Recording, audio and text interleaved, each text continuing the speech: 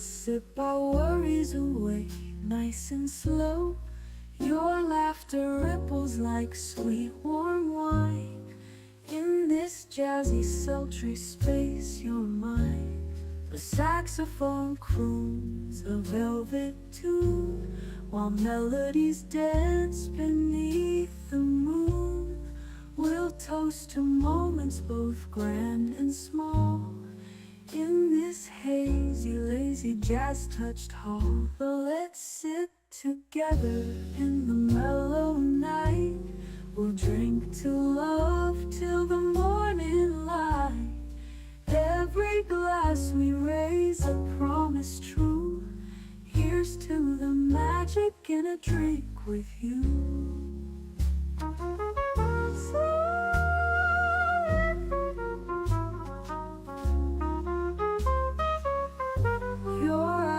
They sparkle with every click, sweet rendezvous over a simple drink. We'll share our secrets in whispers low, just you and me where the jazz flows slow. The world outside fades into the mist, but here it's our own dreamy tryst. With each sip our worries drift away. Let's stay together till the break of day. So let's sit together in the mellow night. We'll drink to love till the morning light. Every glass we raise a promise true. Here's to the magic in a drink with you.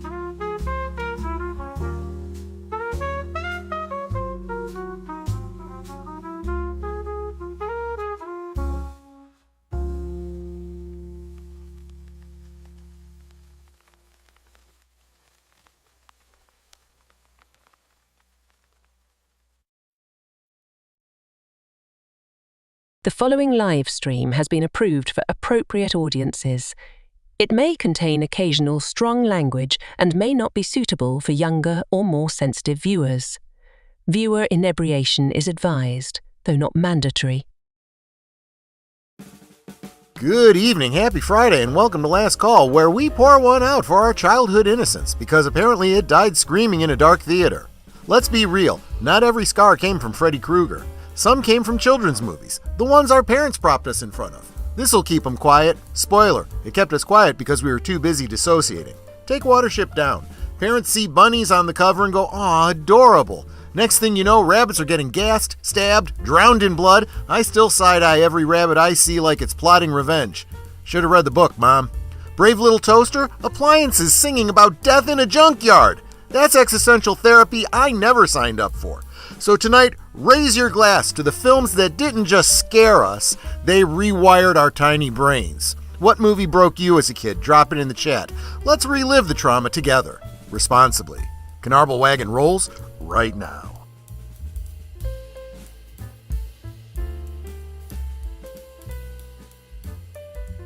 Last Call is streamed before a live audience.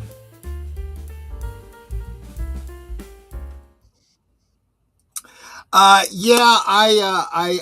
actually had a segment planned where I was going to talk about the never-ending story and the Swamp of Sorrow, and I decided, nah, we've already talked about that, which is a shame because I kind of liked what I said. We could always do another stream sometime where we just talk about screwed up children's movies, all right? We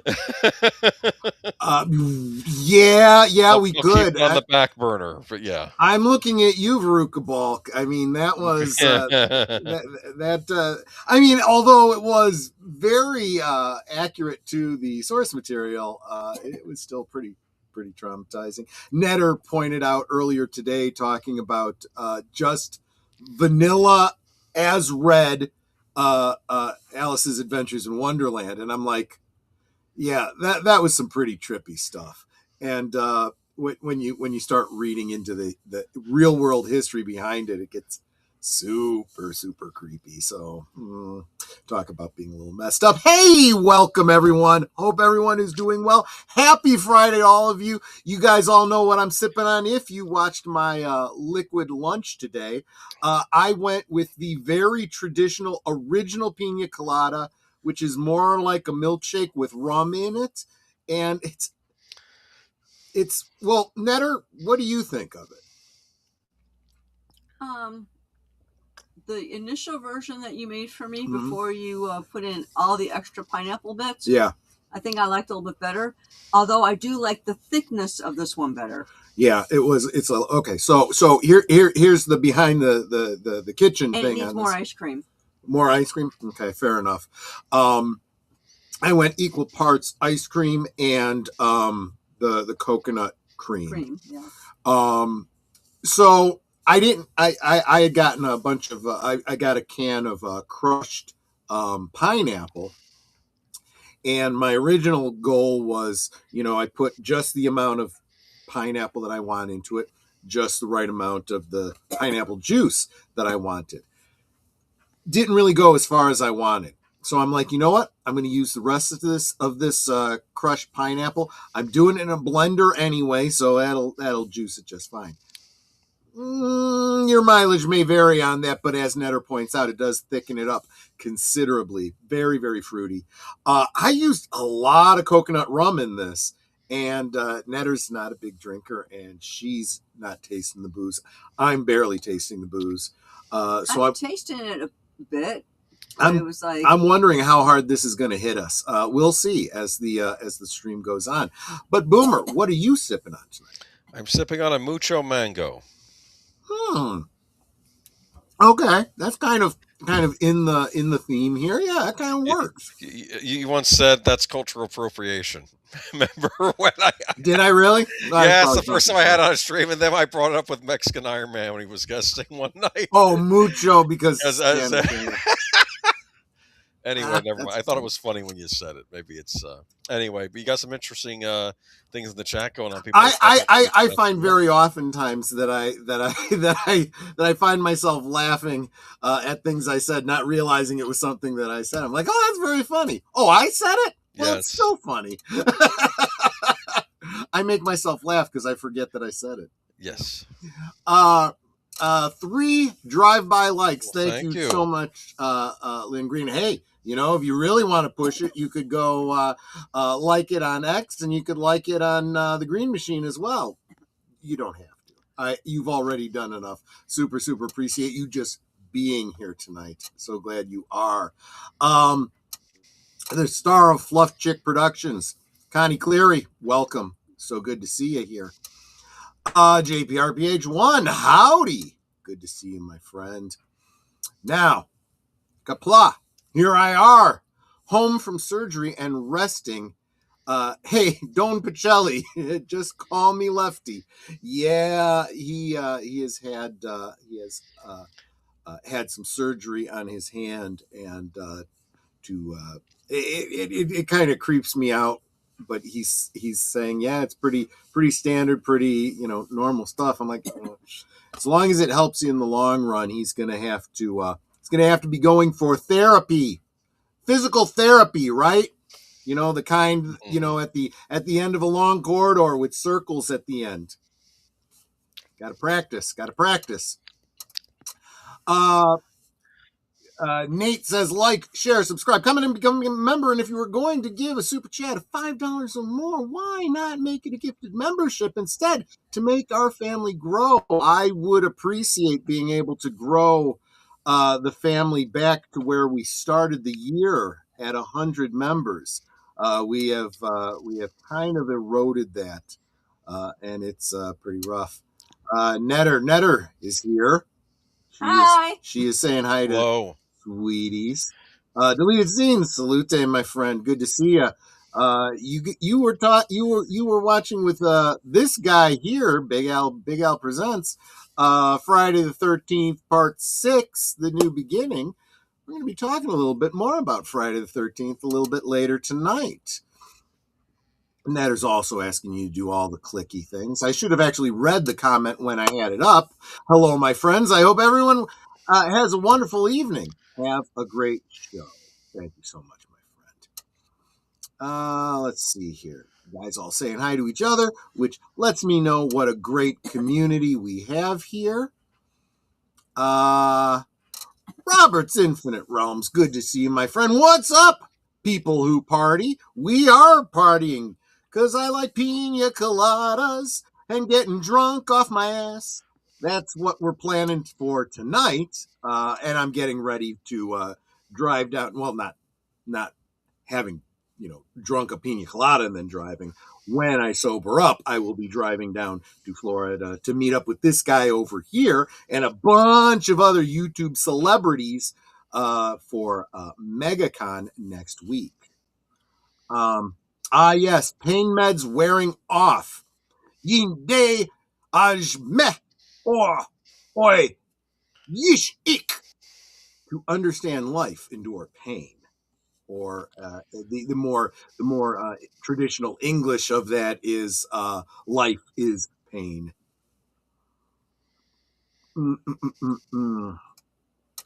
Gomez Adams, blowing up trains on TV broke me because mom would wash my mouth out because I would cuss at the TV. Saw him once at an event and told him about it.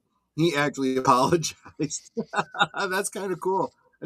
So you met Raul Julia. Oh, was it Raul Julia or John Aston? Yeah. I didn't think about it. Yeah. Yeah. Both would be awesome. Both of those guys are people I would have loved to have met. And sadly, I can now meet neither. Well, maybe one day I will, I suppose, from a certain point of view. Happy Friday to you as well. Daniel Berry, Sports Highlights. Good to see you. The movie that screwed me up as a child because I had no business watching it at 9 years old. Yep. The original Night of the Living Dead. My brother was watching it. I was supposed to be in bed, but I was out in the dark hallway watching the movie through the door. I couldn't sleep for 3 weeks. Yeah, I have a similar story. I mean, I have a similar type of movie to talk about on my list. Yeah. It's. I have a number of movies that were not on my list that definitely scarred me for life, but not in the horrific kind of way where I couldn't sleep. Movies I should not have been watching. Let's just say that my dad really enjoyed Cinemax late night Fridays and Saturdays. My Tutor. Oh God, I love that movie. Mm-hmm. You're Sylvia Crystal, right? I think so. I'm not sure. I'm trying to remember now. She's the French tutor for the summer. Remember, she's hired. Yes. Okay. Anyway. Just wow. Absolutely. Pina coladas can be hit or miss. Welcome, the Horror Cat Dad. Yeah, like I said during the stream this afternoon, I'm not usually, certainly not a sweet drink kind of guy. And even less so the cream, especially if there's dairy being brought into it, type drinks. Was not going to be putting any whipped cream on top of this. That's just a dessert. It's just ridiculous. We got whipped cream. Yeah, but not for this. We'll use up the ice cream later with the whipped cream, but not yet. No. Whipped cream and some chocolate sprinkles. I got those too. Yeah, absolutely. When I was 12, I saw John Carpenter's The Thing on cable. After that, nothing really phases me. That's fair. That is absolutely fair. All practical effects. Amazing. I'm sipping on a Polar root beer. That's awesome. That is awesome. Let's see. Jason Lives. That's right. And welcome, Jamie Lynn. Good to see you. Those movies were really... Oh, yeah, John Aston. Okay, cool. Yeah, oh, gosh. So that would be Addams Family. That would be the Riddler. Yeah.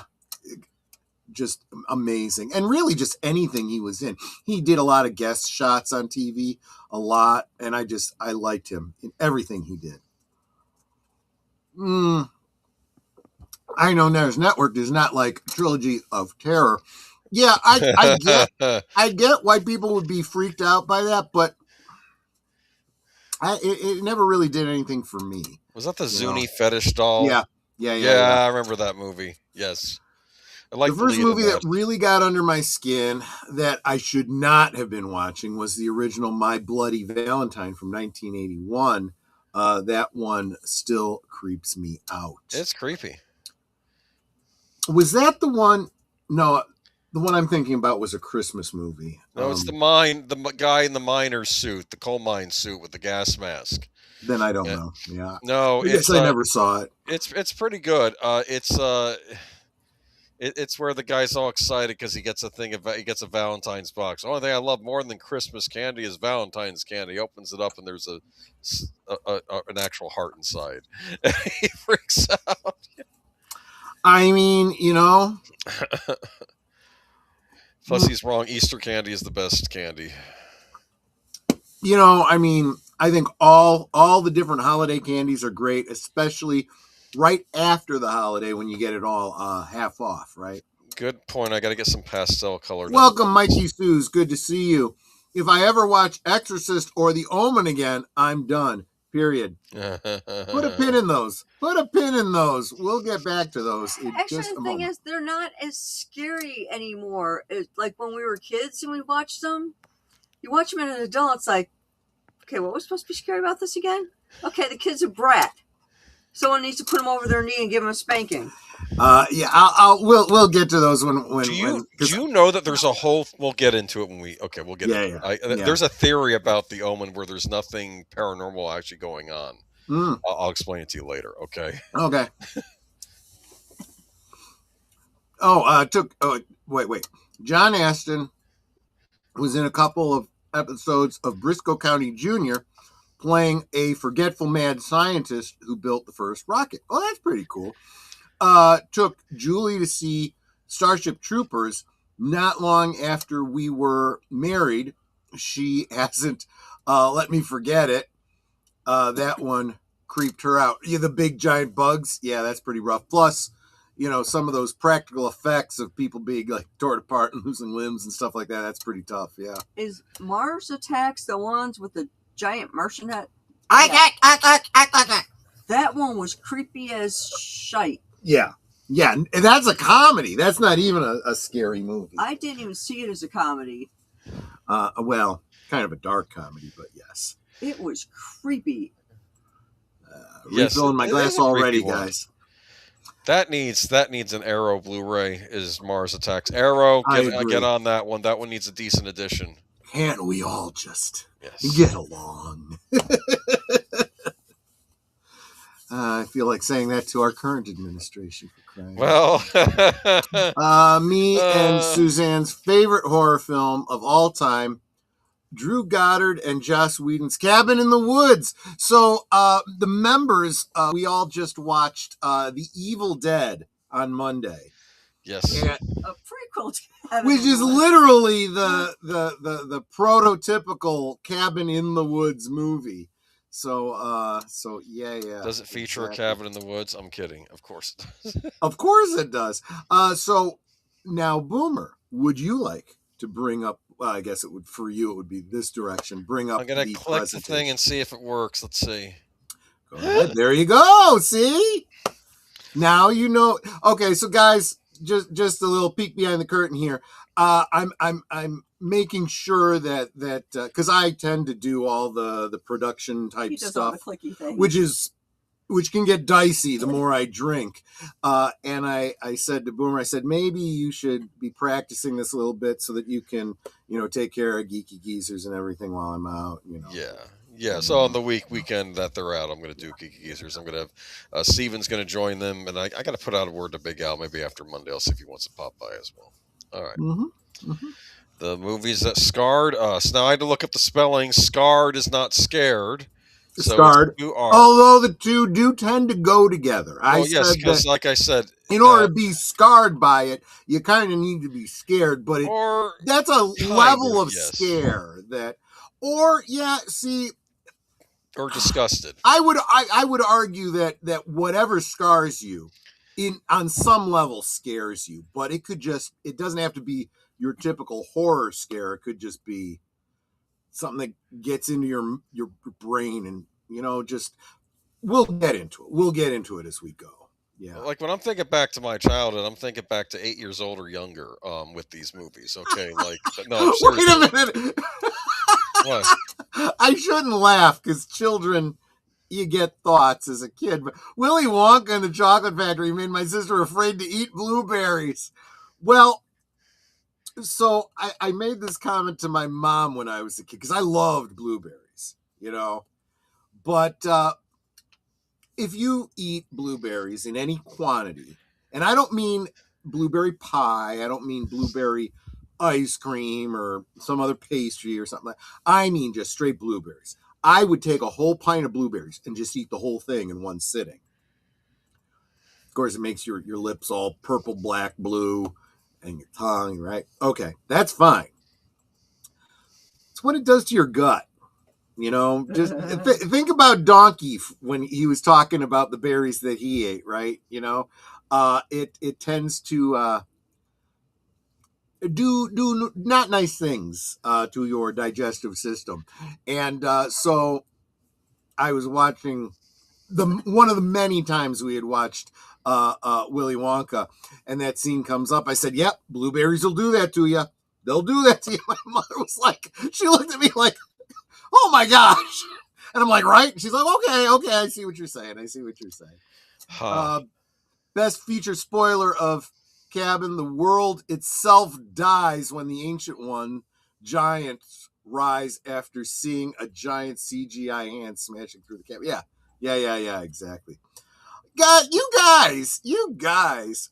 Poltergeist movies gave me the creeps. Yeah, well, we'll get into that too. You guys are all getting way, way ahead of me. I was in Poltergeist 3. Mm-hmm. Netter was in Poltergeist 3.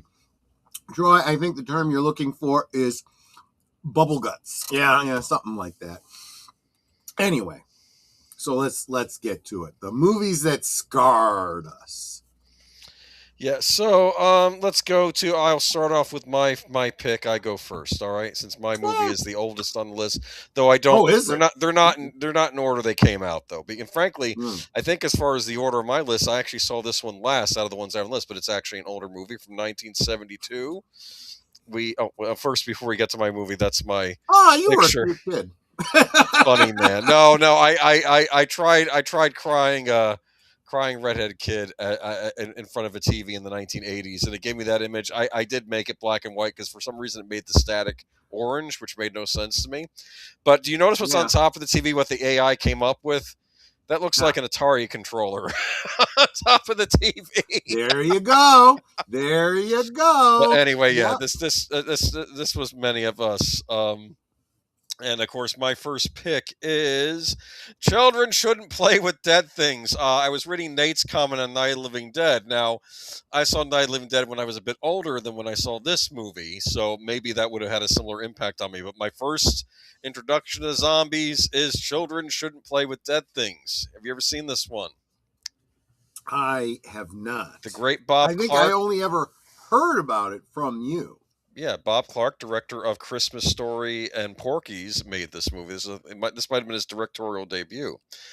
And the plot of the movie is experiencing the unexpected terror of rising, rotting flesh. Look at this VHS. I picked VHS because that's how I experienced it. I was over a friend of the family's house, and they were showing the guy rented it and stuck it in the VCR, and I was watching it. This is technically a PG movie. Because back in the 70s, everything was PG. Like Deliverance was PG, from what I remember. I'm glad you brought it up first, because if you hadn't, I was going to on some of my movies. Some of the movies when we were kids were PG. I noticed somebody said something about Jaws. Jaws was PG. Yep. I'm trying to remember. Poltergeist was PG. Wasn't it? Yes, it was.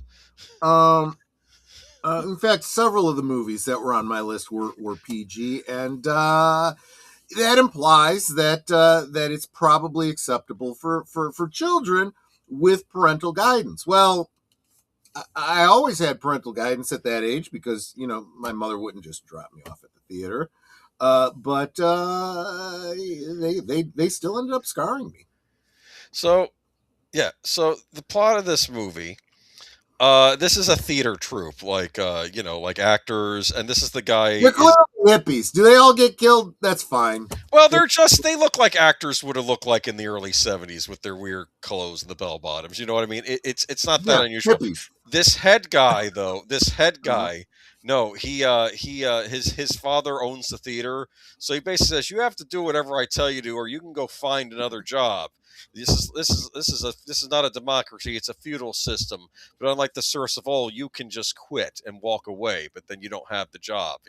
So he says you're going to come with me on this little excursion to an island outside the outskirts of a city, which may be New York or Chicago, an area like that. There's an island.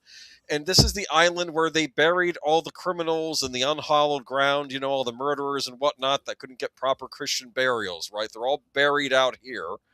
Okay. And he decides, let's have fun and let's dig up one of the corpses. And I have a book I bought, an old grimoire. Do you know what those are? Book of Yes, spells Latu and Barada Nikto. Yeah, basically, exactly. it's basically a book, and he starts, demanding the lords of darkness or Satan or whatever. I want to raise the dead, and he's doing all this ceremony, and then nothing happens until something does happen. Guess what happens? Exactly. The dead come back. And it takes a while in this movie for this to happen. Uh, I would say at least 3/4 of the movie is just them messing around, and of course there are little jump scares. Like he has some other actors in the troupe pretend to be corpses and go after them, and they scream. And then it turns out it's just other actors that he forced to be on this little prank with him. And but when the zombies first, it is probably is on 2 weeks. When the zombies show up, it's terrifying. yeah. Because it's not even like the Romero zombies, which I assume are the natural world and a part of the natural organisms. These are like supernaturally resurrected zombies, and they look Mm-hmm. rotting. They Mm-hmm. look like actual rotting corpses because a lot of the zombies in the Romero movies, they're more recently dead, so they don't have the rotting flesh as much, right? So Exactly. this movie freaked me out. I think I had nightmares about being stuck on an island and about the dead coming, trying to, go. Because of course they found an abandoned house on the island, and of course the zombies are trying to get in. And I know someone would argue, well, it's a ripoff of Night Live. Well, not well. Yes and no. Who cares? Look at that zombie. Does that freak you out? That's the guy they dig I up would out of have the thought ground. that was somebody who was getting ready to go to a Rocky Horror Picture Show filming, screening, but whatever. It's freaking me out. And of course, the main hero of the group, you see he's going to run out and try and get help or get to the boat or something. And the next scene you see, they shine a light on him, and then he's being eaten by one living dead. Like she's eating the guts out of his stomach. This isn't a PG movie. I guess they didn't show enough for it to make it into an R. But I'm freaking out with this. I vaguely remember this movie. I think it was in Bob's Drive-In. It probably was. This is a creeper. Yep. And the funny thing about it is we just have a great villain in this movie. What was his name? Hold on. Children shouldn't play with dead things. He basically, you ever run into kids growing up, and maybe they're smart kids, but they always have to prove how smart they are and always have the last word and Yeah. things like that. Yeah, his name is Alan, played by Alan Ormsby, and he's always has to be cleverer than everybody, and he's just an all around dick, basically. That's what I'm gonna say. And he kind of gets his comeuppance at the end. There's a terrifying scene at the end where the zombie dug up and pretended to marry and was having, they were all fooling around with it. It ends up being resurrected with the other one in this room, and he locks himself in the room after everyone else is killed, and he's Mhm. spoiling the end. And then he's in there, and then of course this guy attacks him, and then suddenly you see that, and then the door busts open, and the other zombies walk in the room, and they all gather. And it's like I'm freaking out already, and the music and the slow mo. And it's like, this is it. How old were you when this movie came out? Well, this is in '72. This came out before I was born, but I saw it, I think, Oh, when I was okay. around 8 or so. Okay. Okay. And I think, because here's the thing. This is something y'all don't get. Or maybe you do. I don't know. But when you're a kid and the older teens want to watch a horror movie and you're in the room with them because your mom said, hey, they can look after each other because it's the 80s and there isn't as much parental supervision, you don't want to be the chicken, do you? Right. You don't want to say, I don't want to watch it. It's scary. No, they'll look down on you. You'll never live it down. So you got to grin and bear it. Okay. And, like I said, it takes a while for anything to really happen, but when it does, yikes! It's and this was my first introduction to the modern zombie, and it freaked me out, and it still does. It's still a great movie. I think they're right. You can catch it on Tubi. So I was kind of feeling Nate's comment with Night of the Living Dead. Oh yeah, Night of the Living Dead I avoided for a while, but I think around 10 or 11 I found it in a $5 bin and I bought it, and my life was changed after that. Love that's one of those movies that it's not your typical horror movie in that I don't really feel like the jump scares and the adrenaline and all that kind of gets you. I think there's much more existential dread to it. It's a build too, like like you get pauses, whereas this movie feels like one long pause with a couple jump scares, which are kind of stupid jump scares, but that's kind of the point. And then I think you and the audience are almost doubting anything's going to happen, and then when stuff happens, it's like, oh no, it's on. And this is really for real. The satanic spell or whatever they did worked. And then, like, he's even trying to figure out a way to undo it, but they're missing something in the house, so he can't fully do it. And then they think it worked, and then they go out to the woods, and then the zombies are hiding, and they attack. It's just freaking me out. I'm spoiling the movie. I'm sorry, but it's well worth it. It's what we call a slow burn, but it's when you get to the end, it's terrifying. Oh wait, this dude looks like the dude in Carnival of Souls. Yeah, it could be the same actor for all I know. I don't know. Your older brothers and sisters will destroy you if you. Yes, basically yes, and I'm going to get to that a little later with another one of my picks. Yeah, okay, just because. But let's go to Troy's pick, and we have Jaws. Okay, so I'm trying to remember. I must have seen this. I'm pretty sure I must have seen this one at a drive-in. I'm pretty sure I did. Summer movie. I saw it at the drive-in. You'll notice, by the way,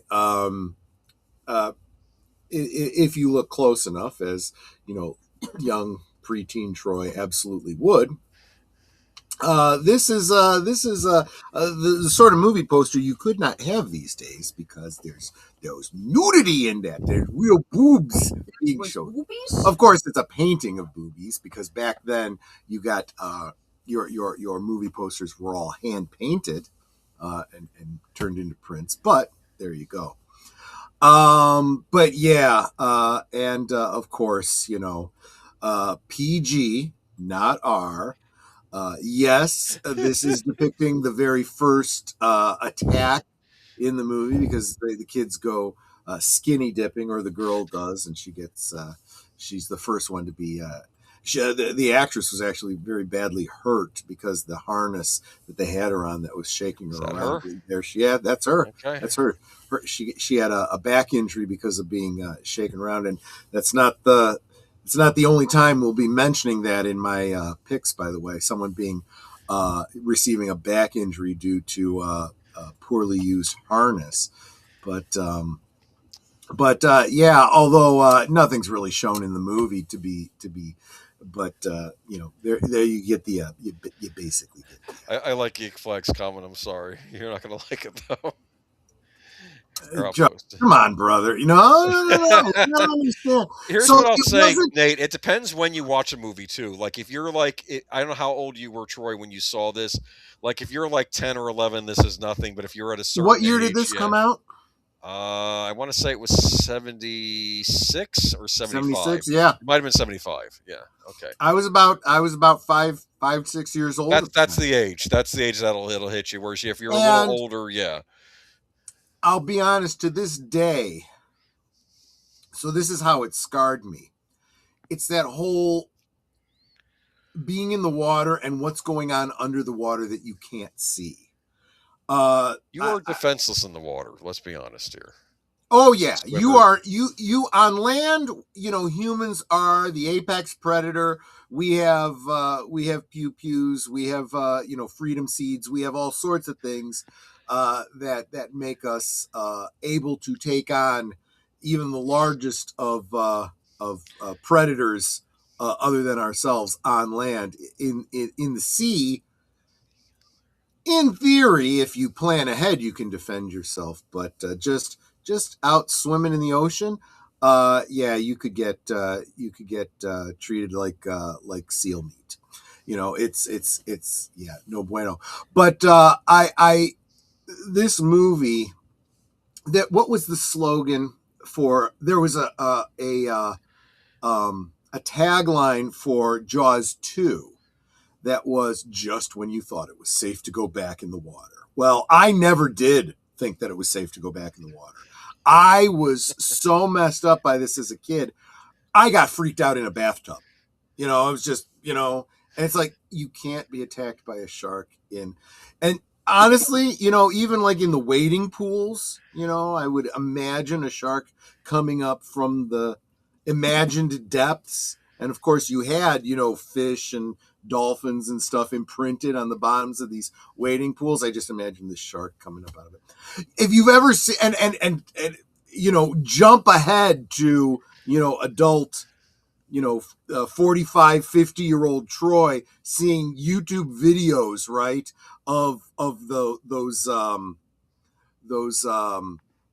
at the aquariums, where you have all the different, and then one of them is like a giant big screen TV and you don't know it. And there's a shark that comes, boom, and slams into and breaks them that people, I'm like, I would have messed myself. If that happened. Okay.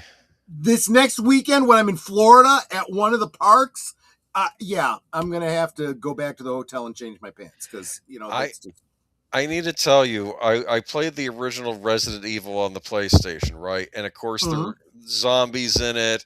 There are evil dogs and like is these there a things called zombie shark? hunters. Here's what happens at a point in the game. You open up a door and like this whole basement area, it's like partially flooded, like a tank, leaked water everywhere, and you're kind of walking even slower than you normally do because of the water. And then suddenly, like in the foreground heading toward me, I see a shark fin and I scream. There something, it was a zombie shark or a genetically engineered shark, or maybe just a regular shark in the water, and I'm so have you ever out. seen the game what is it, Subnautica? I've heard of it. Yeah, is there sharks in that? There are it takes place on an alien water planet. So it's alien, and so you have these big behemoths, you have things that are like whales, you have things that are like sharks, you have giant kraken type creatures and stuff. But what is so horrifying is you have very little visibility because you're underwater. You can only see so far, whether you're in a submersible or diving suit or whatever the case is. If you're not in one of those things, you can only be underwater for so long, you're going to drown. Video games have a very immersive way of freaking you out. But so you guys know I've been playing Fallout 4 recently, and there are some bits where you have to go underwater, and Netter will tell you I was a complete 50 some year old grown ass dude still freaked out to play, and this is the worst part of it, because I didn't want to bother with going to get the suit and all this kind of stuff. I just wanted to get the mission done real quick, put in the cheat code so I could be in God mode. So there's nothing that could hurt me in the game for this mission, right? Yeah. But just doing it, just going under the water and seeing it on screen was freaking me the F out. And Netter's like, I'll be right here, Okay, fine. I did it. I swam. Luckily, I was able to swim out with my head above water and then dive down. And I got there and got the stupid treasure. It wasn't even worth it. It was just because I wanted to clear out the mission in my game.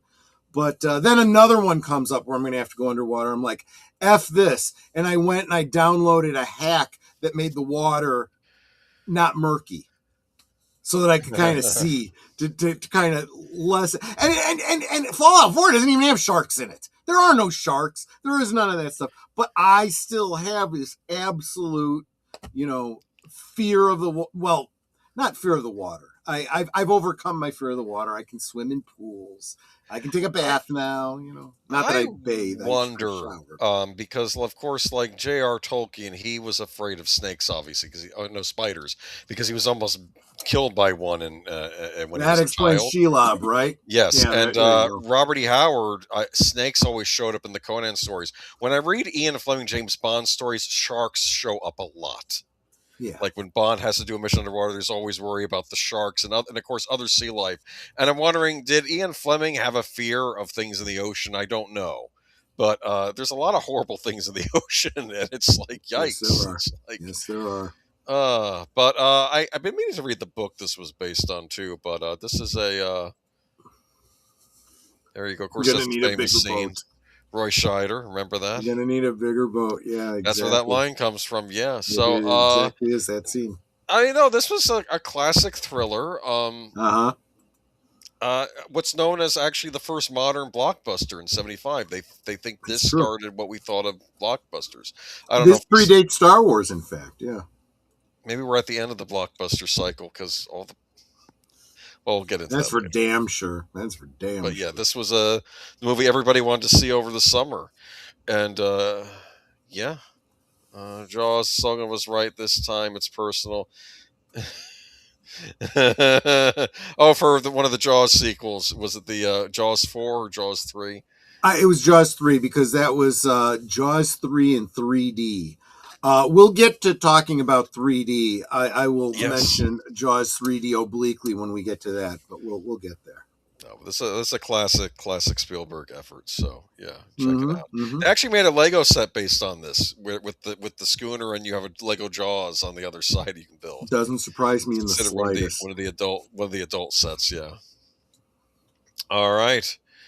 Moving on to Raiders of the Lost Ark, another Spielberg. Dun, dun, dun, dun, dun, dun. Okay. So here's the story. I want to say I was 4 or 5. Dad rents this on VHS. Okay, from the whatever local mom and pop was there. Maybe he saw it in the theater when it came out too. I don't know. The whole family were in the basement family room. We're all watching it. I'm enjoying it. Big fan of Star Wars, and this is by the same people behind Star Wars, right? Mm-hmm. So looking forward to watching this movie. And then we get to the end where they decide to open up the Ark of the Covenant. And well, there's the poster. I mean, the poster's kind of creepy. Look at that. Old timey. That's one of the great movie posters of all time. Let's be honest. It is. It absolutely is. Just There you have Marion on the right there.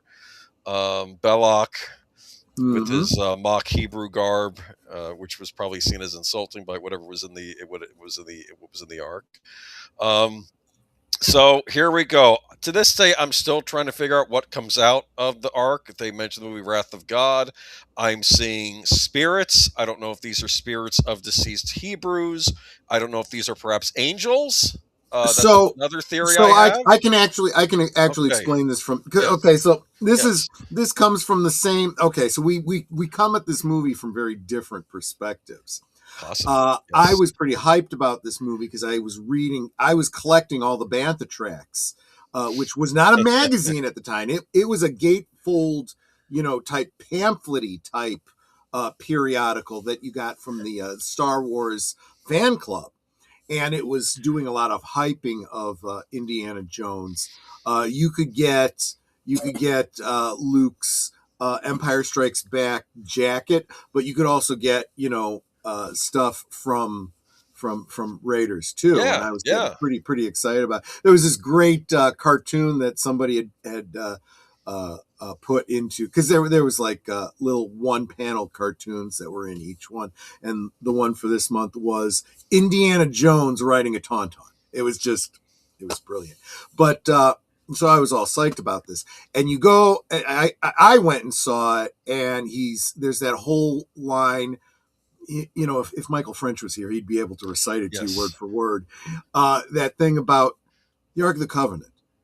Did you guys not go to Sunday school? You know, and yes, he's you know explaining to the DC bureaucrats about. Of course, of course. In so doing, explaining to the audience, you know, the things you need to know as we go into. Very well summarized, I thought. Oh yeah, absolutely. Yes. They took it serious. Well, Steven Spielberg, he knew what he was doing. Yes, and I'm sitting there going, "Yep, I'm all in on this," because I did. You know, well, I didn't do Sunday school. I went to Catholic grade school. So I was like, I had a religion class every weekday. So I was well versed in these stories, right? So I knew you touch the Ark of the Covenant and you're not a Levite, you die, right? Well, no. Isn't there a passage in the Bible where I think one of the Hebrews touched it only because I think it fell off the cart and he was trying to get it back on the cart. He wasn't doing because it. He was not a Levite. He was not a Levite. There were 12 tribes, and only the Levites who were the priests were allowed. One of them stumbled and put his hand out. And he put his hand out to keep it from falling. No, and he stumbled, put his hand out to steady himself. That's what it was. Was that what happened? Okay. Either way, it was Shatner mentioned on the Unexplained that part, which I thought was interesting. Exactly. They're all theories about what's inside. I'm thinking maybe. Well, the Bible tells us what's inside of it. It's the remnants of the Ten Commandments. The Ten Commandments, the actual stone tablets that were destroyed by Moses when he. Yeah, I mean, you watch the Ten Commandments. That's when he comes down, he's mad with the golden calf, and he had every business to be. Yeah, exactly. Yes. And the bones of Adam. There was, or not Adam, Abraham. Abraham's bones were carried around in there. I didn't know that. That's interesting. Yeah, he was prevented from entering the promised land alive. Oh, Moses, you mean? Oh, I'm sorry, Moses. Yeah, Moses, I'm sorry. Yes, my apologies. Okay. My apologies, Moses. Yes. I thought it was Abraham. Now I'm forgetting. That would have been. It really. Yeah, where would they have gotten Abraham prior? Yeah. So I almost thought maybe they transplanted them. Maybe they kept holding. No, that could have been. I don't know. Anyway, but I forgot whose bones were there. There's one of the patriarchs is in it. Okay. But that is not his spirit that's coming out of it. Okay. No. What is coming out of that is they were supposed to be cherubs.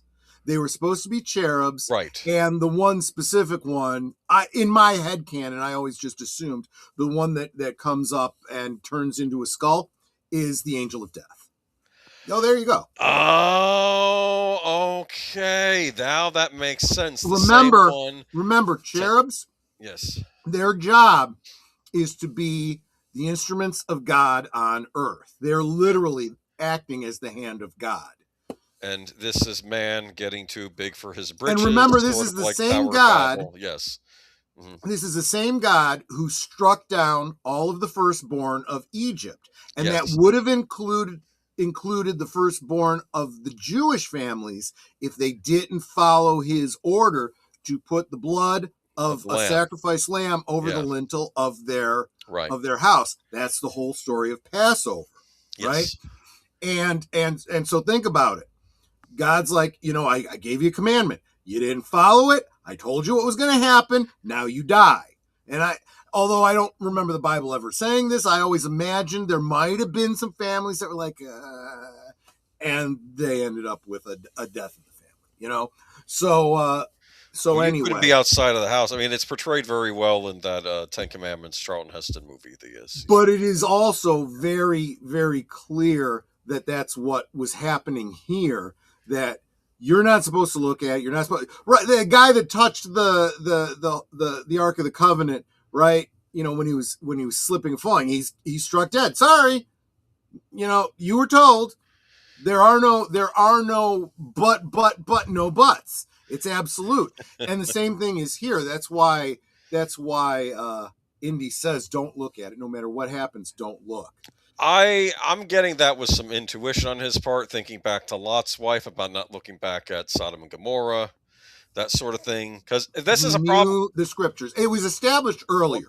He knows the scriptures. Even if he didn't believe them literally at the time, he knows them. And since then, he's seen enough to know. And here's the other thing that I've always taken from this.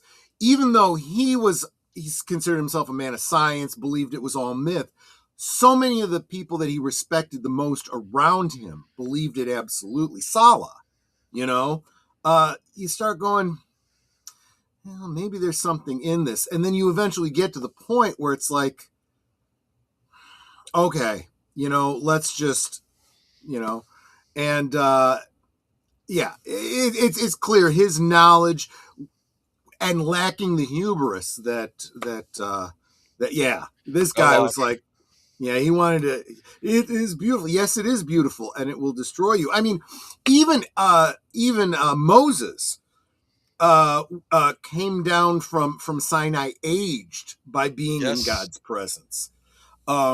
And there are many times where he God didn't said, he just saw he was within the presence in the burning bush, but he did not see the actual visage of God, right? There has been age. There has been talk that being in God's presence will destroy you. It is, you just can't be, at least your human form cannot be. The only way you can have true communion with God is after death, when you are just spirit.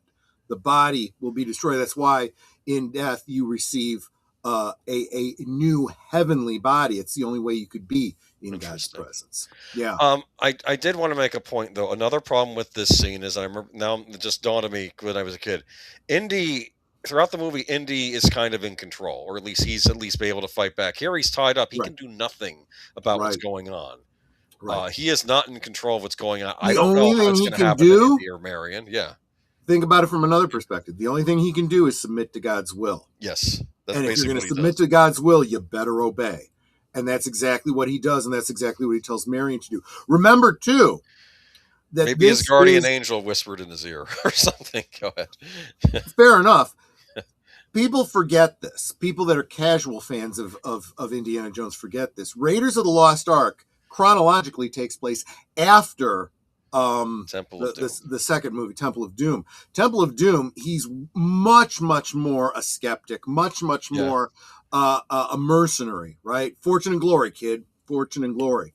By the end of that, he has now started to see the idea that maybe there is something more in heaven and earth than is dreamt of in our philosophy. So when he gets to this point, it's like, look, I already saw those Shakara stones burn through a leather bag. Okay. I saw a guy get his heart plucked out of his chest. So, maybe there's something going on. Let's leave this alone. But yeah, it's, as a child, it freaked me out. It took me a while to work up the courage to watch the movie all the way through again. That's how much this affected me. But I think other people in the chat said, I think Nate said his sister was older than him, and this scene freaked her out too. It's a freaky scene. It is a freaky scene. It almost made the movie get an R rating, except they put the flames over on Belloc before his head exploded. Yeah. they coming to this, I like I said, at my age, with the Catholic upbringing and stuff, I was like, yeah, okay, this makes sense. This is what it is. But it also comes in context with one of the other movies we'll get to on my list. I gotcha. But yeah, freaked me out as a 4 or 5 year old. I was not in Star Wars territory anymore. All right, Troy's pick. Okay, which one's this? The Omen. I watched this much older, so obviously didn't have the same effect. Look at that poster. Look at that poster. And they're different posters. One of them has his shadow being an upside down cross. That's right. This one has a shadow being some kind of wolf creature. Is that a jackal? Maybe the son of a jackal. Yep, it was a jackal because the Antichrist was meant to have been born of a jackal. Now this movie was a little bit more challenging for me as a kid because unlike Indiana Jones, which was very scripturally aware, this one took great liberties with the lore of the Bible and Revelation. Well, it references a scripture which doesn't exist, which does not exist. It even gives the citation, and it's like that's not even close to what it says in the Bible.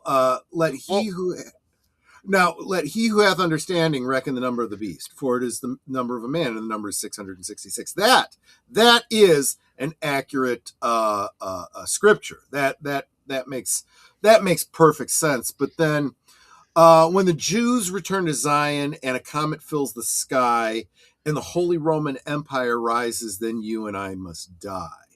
And I'm like, considering that the book of Revelation was written in Greek, and this was a thought I had back in the 70s as a kid, right? again, growing up Catholic. If the original was written in Greek, it seems very unlikely that the translation would appropriately rhyme. And then, of course, I go and I check my Bible, and I'm like, yeah, no, that's not what that scripture says at all. You know, the one of the storytellers who the story idea guys, I think he was even a stuff for us born again Christians. Yes, I know that's not in the Bible. I just wrote that for the movie. It was funny because he said with the writing of the screenplay, he believed in God, but not necessarily the devil. But by the time he was done writing the story, he's like, yeah, now I believe in both. That's what he said. So yeah. It was a. This movie is freaky, though. I mean, it's still creepy now. Look at that. Look at this kid, man. The scene where they're in the jungle habitat. Remember that? Yeah. All the animals start attacking the car. Yeah. Because they know because there's something unnatural about the child. And look at that kid. Look at that kid. Doesn't he look like he's going to grow up to drink Milk Plus and do all kinds of horrible things to people? Yeah, kind of. Yeah, I'm sure it was a British actor they cast as the young child. Gregory Peck, though, the great Gregory actually, Peck one little piece of trivia: the child that plays this had no idea he was in a horror film. He didn't realize until years later when he saw the movie that it was a horror movie. He was like, I had no idea. And I certainly didn't know I was the baddie. That's actually very good on the part of the filmmakers, though. So they didn't do anything traumatic to the child during the production. They kind of shielded the child from any after effects of, hey, you're the devil. That's the other child. thing. There's a scene that specifically very much traumatized me. I got to be very careful how I talk about this on this platform. There is a scene. This is his father is an ambassador. They're a very wealthy family. Yes. So that's friends with the president of the United States. Exactly. Yes. And they hire a nanny to care for him. Oh yeah. And the nanny during a birthday party for him. Can I get away with saying it this way? She sacrifices herself as she says, "It's all for you. It's all for you," and then she sacrifices herself. They have to cut her down later. Okay, that's what we're gonna say. Yeah. All right. Okay. Yeah, that's a great way. That's probably the best way you could probably communicate it. Everyone probably understands what we're talking about, but it's a very difficult scene to watch. And this was what 74, 75. I was watching it. This was one of the first videotapes that my family. So it must have been late 70s that I saw this, and it was right around that time where maybe this was always common in the 70s and so on. This topic of ending one's own time on Earth. Okay. Right. Whether it's a horror situation like this or from grief or whatever the situation was, it struck me very hard as a child. It was very disturbing for me, as I'm sure it's intended to be, right? At least then. I think the idea behind the value of life is very different to modern audiences, but back then it really bothered me.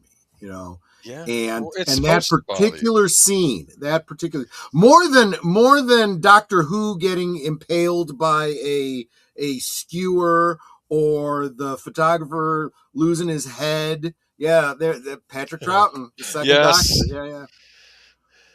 And again, the little Catholic boy watching this sees this and goes, "You sold out your faith. He sold out to the devil himself." Yeah, basically. you have this coming. There was this conspiracy.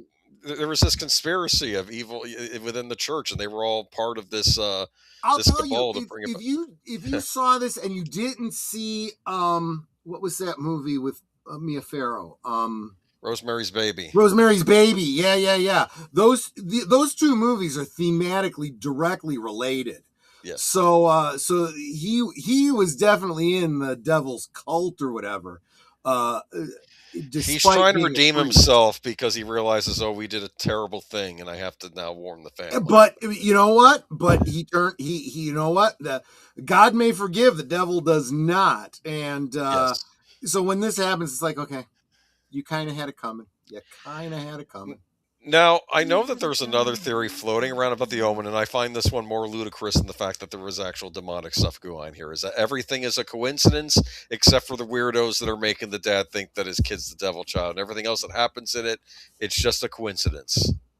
Yeah, keeping in mind that, there could be a cult of these people that aren't actually doing anything other than making this guy think his child is the devil. That doesn't make sense to me, though, because I'm thinking, well, if the devil was operating like this, getting rid of these people that are informing, it would probably it might look like natural occurrences, but they still look weird. Like, how in the heck do we have the preview of the guy doing the pictures, and it looks like his head's going to get sliced off? One of the elements is, of course, the photographer took a picture of the priest before he died, and there's like this smear through him, and every picture that's taken of him is like that. And then what happens? He dies with a pole impaling him. And then the photographer joins up. He takes a picture of himself in a mirror, and it shows a line going through his head. Because he realizes whatever's happening, I'm part of it, whether I want to be or not. So I have to go along with you. And then later on, this was the thing that you'd think would really bother me, but it actually had the opposite effect. The scene is that he, David Warner. It was David Warner. You're absolutely right. I'd forgotten that. Playing a good guy for a change. Right. Yeah, for a change, right. Exactly. He's like, I'm done with this. I want to play baddies from now on, right? Yes. But he gets beheaded, right? The character gets beheaded by a pane of glass, that comes off of a truck or whatever and slices through his head. If they had just done it kind of subtly, right? You see the preaching and then the head goes flying. It would have been horrific. But the director decided that wasn't enough. Right. That went too fast. Yes. So they do it like the kick in Ferris Bueller's Day Off when the sister kicks the principal in the face, and it's like bam, bam, bam, bam, bam. It's that's not what's really happening. You're seeing it, repeated. Do you know why Richard Donner, the guy that made Superman, do you know why he did that? He said typically in these horror movies, people will cover their eyes like when they think a scary thing is popping up, right? Exactly. And then they open their eyes back up.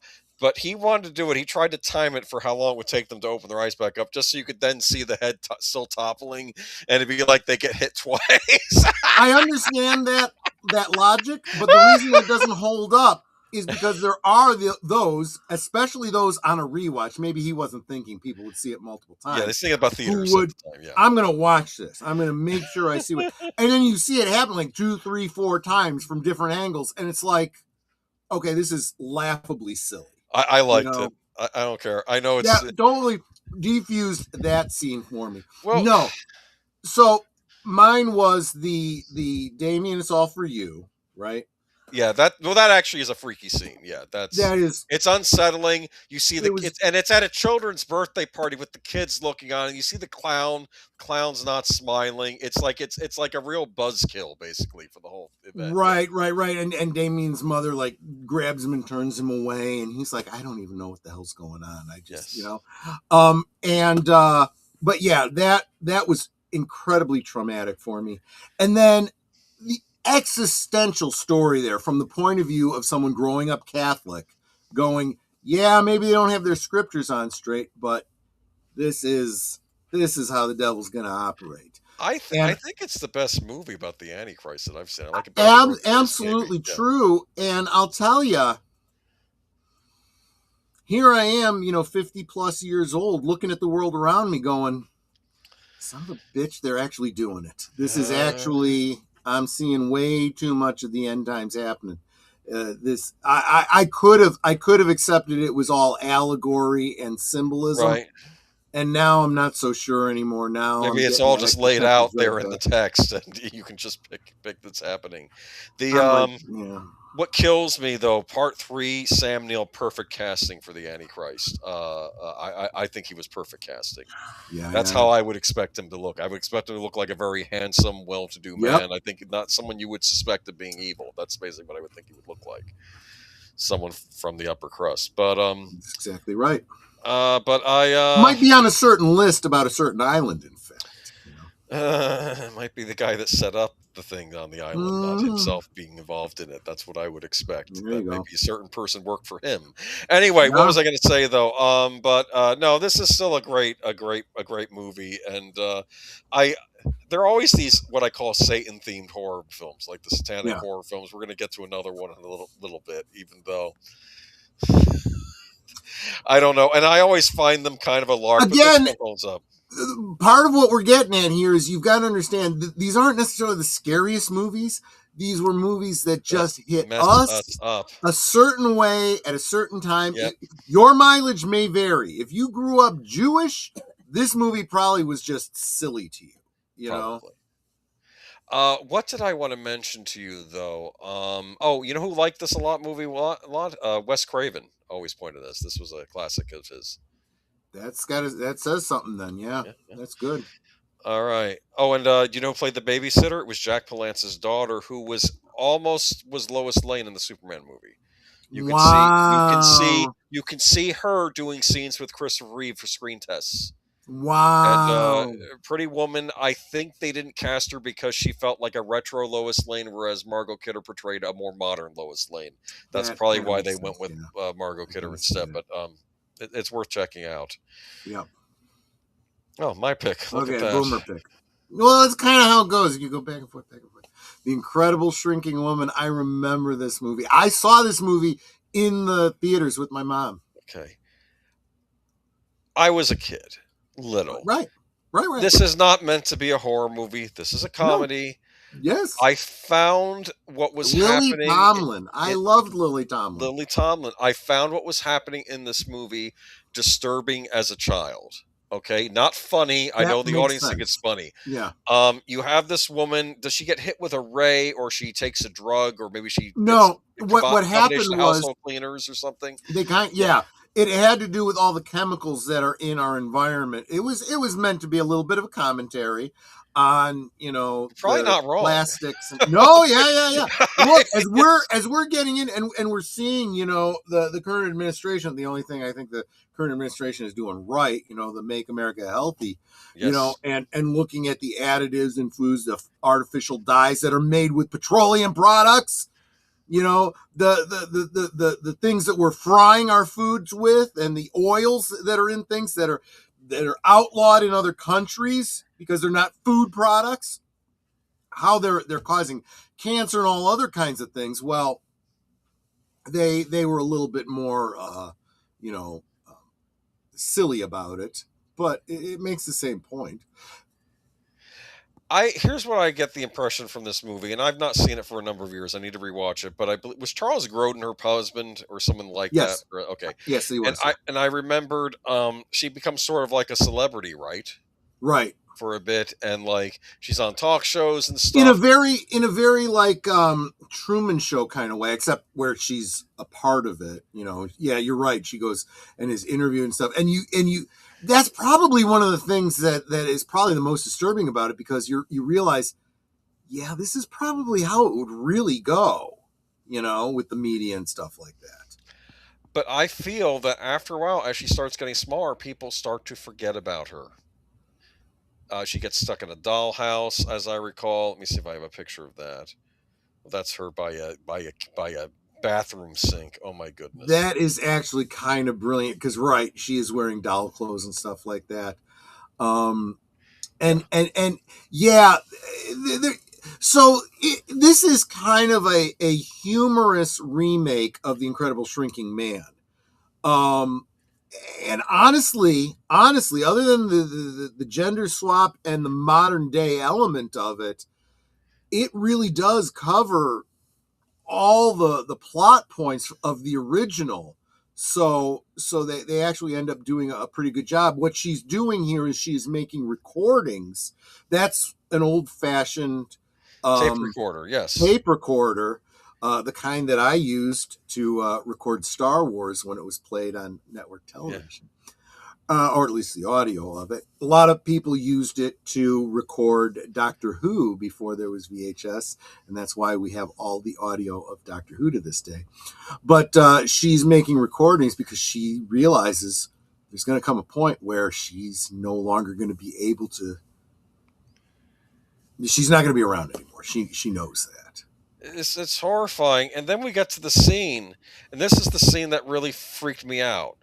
And this is when she's in the sink and I don't know if it's the girlfriend or the maid or somebody, she's like listening to like some Walkman and she's not even paying attention. She's dumping. And she can't hear that she's saying, help, I'm down here. And she's in the sink. And then like, is it like a garbage disposal under there too? And I'm thinking it's going to get chopped up. And I'm thinking. So she goes and she turns on the garbage disposal. And then immediately upon doing that, she sees the little tiny shoe that had fallen off of her that's in the sink. And she screams. Yeah. And of course, in a very appropriate dramatic way, you don't know what her fate is. You're seeing it from the point of view of the maid at this point, and it's, oh my God, you know?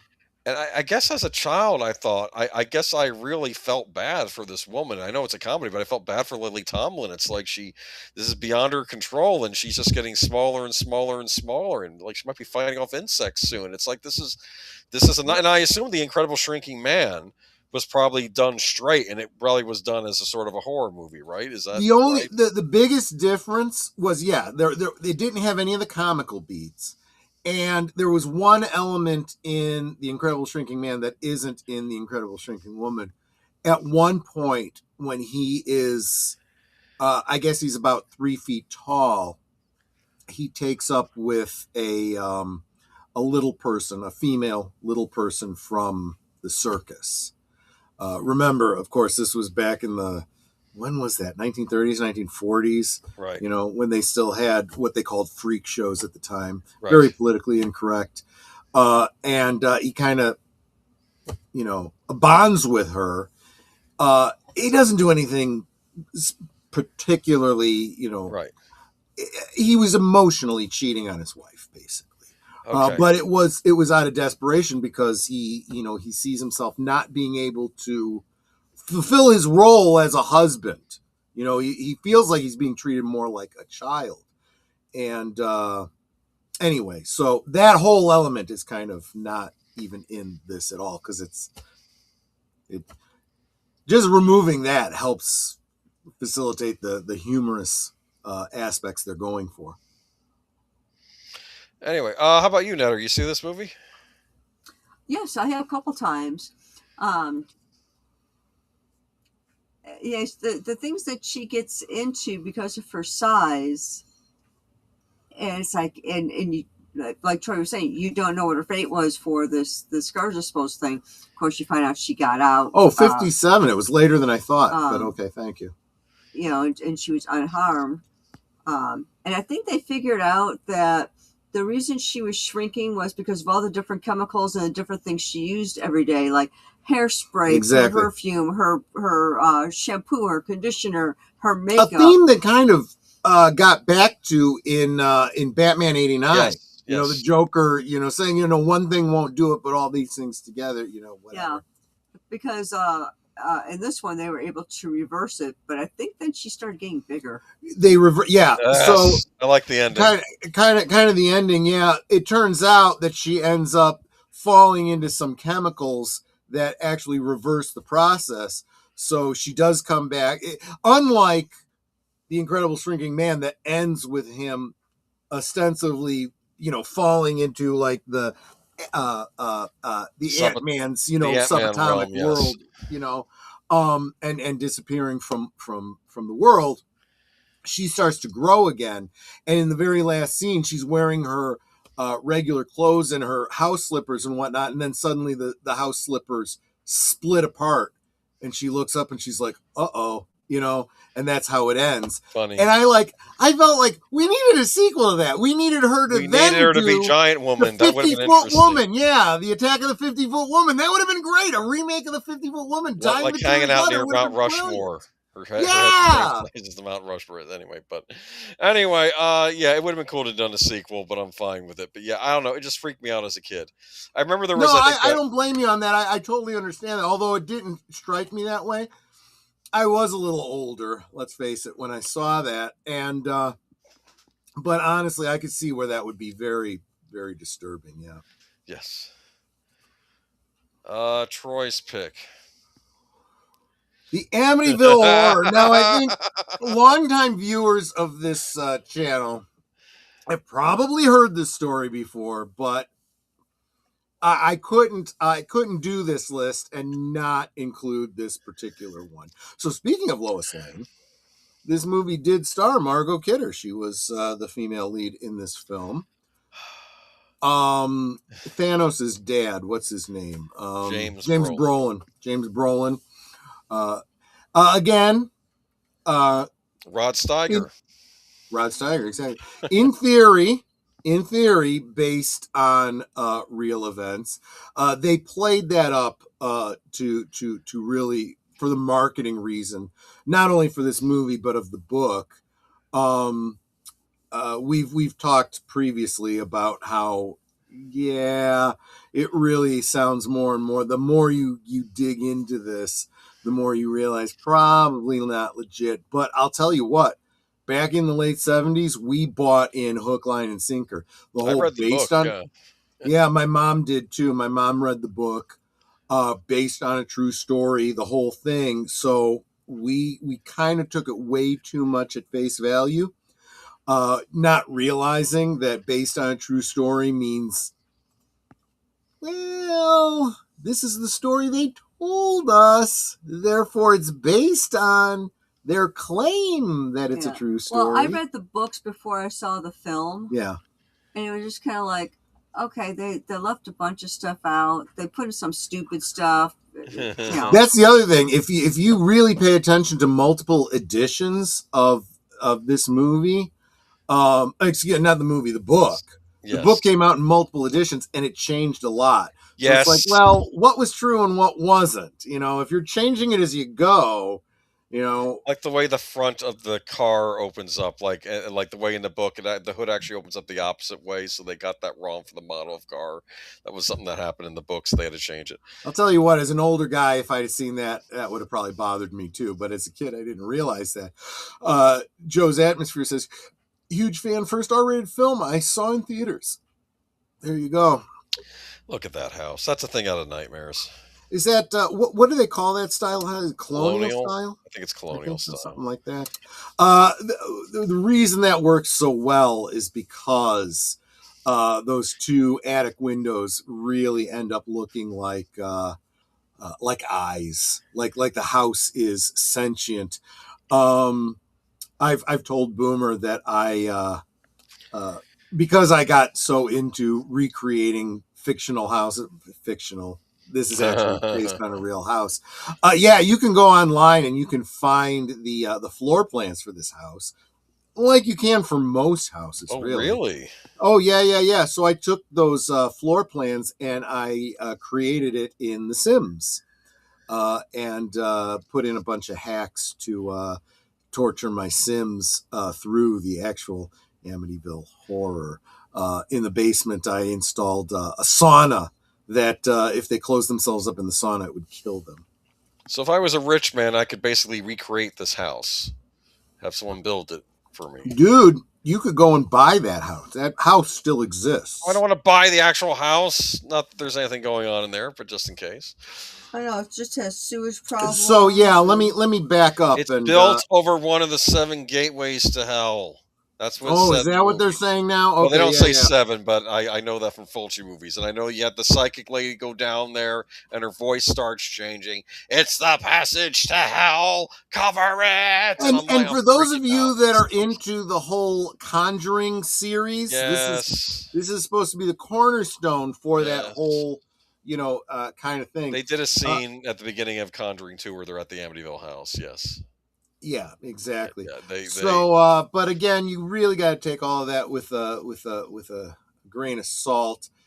Probably spread in a circle around you just to kind of protect you. But anyway, there's a there's a Brolin in his. I love that picture just because it's, you know what though, but it adds to realism because that's how he would be walking around. He'd be in his briefs. Absolutely, and of course, not even unpacked. This is what it's like when you first move into a house. You're not even moved in. Putting up crappy wallpaper. So this is so if there's a movie that deserves a prequel, which this one got, it's this one, because you're coming into it with the main characters not knowing the history on the house, and then they find it out as they go, and they're realizing their house is haunted. What a gate of hell, murders that happened in this house before. It was an Italian-American family that was in this house before. The DeFeos. Yes, it is. They called them the Montellis in the prequel, I guess, to protect the innocent. They really had to. And they left out a bunch of characters, and they put in some things that did not happen in real life. That's a whole other story. That second movie, that prequel movie, we'll talk about that some other time. Heavy stuff in there that had a very different impact on me. It scarred me, but not in this kind of a way. It scarred me in a different adultish kind of way. This movie, to me, and this whole Amityville phenomenon, this is my opinion, like the peak of the whole satanic panic. But of course, the book is weird because I don't know if I don't think they ride the Satanist angle as much in the book as they do in the movie. I think they did bring a priest in to bless. That does happen in the book. Okay, and there is no cult related element like it was in the There's no nun throwing up out of her car after she visits the house or something. That's not in the book. It's right, exactly like that. But so here's the thing, right? So as a kid, took it all completely at face value. This absolutely happened exactly the way I'm seeing it in this movie. The devil. Taking the form of a pig, Jody being the what do you call it? The imaginary friend of the little girl and stuff. Creepy little girl. This whole thing about the babysitter getting locked in the closet. That's a creepy scene. Up and all that kind of stuff, and them waking up or him waking up every night at 3 a.m, which is when the murders took place. And at one point going downstairs and being attacked, tripping over a statue of a lion, but then having like claw marks or bite marks on his leg, like it came to life and bit him and stuff like that. Supposedly a portal to hell in the basement and all this kind of stuff. Catering money getting stolen. This black ichor or blood coming from the walls. The priest comes to bless it and he's attacked by flies. Yeah. See that black ichor that's backing up everywhere. The priest comes to bless the house, and as he becomes sick and he's attacked by flies, and he goes running out of the house and gets into a car accident or whatever the case was. Once he tries calling him on the phone, he gets sick because like the devil can go through the phone lines and just start messing with but so anyway, this movie was one of the ones that truly did scar me, and I took it at absolute face value. And because it's based on a true story and it's modern times. Absolutely, and my mother bought into it, so her buy-in really impacted me. So I saw this as a kid, freaked me out. Okay, gosh, Got it. Okay. This was, by the way, in our movie, so I didn't see it until we saw it on VHS. But, even as a preteen, this still hits you hard when you have that kind of belief in it, right? Well, okay. Well, let's be honest. He's in the room, the priest, and he goes, "Get out, get out!" And the way, whatever they did some kind of sound thing, where that's not a human voice saying that. Exactly. It's like this. There was this great sketch that Eddie Murphy did in Saturday Night Live that was riffing on this. He goes, or was it in Saturday Night Live, or was it his stage performance? It was one of them, or the stand-up, yeah. Where he's like, I don't understand you white people. This is where I think black people are smarter than white people. He says, because you got he's specifically talking about this movie, because one of the shticks about this movie is each chapter is segmented by how many days they've been in the house. Yes.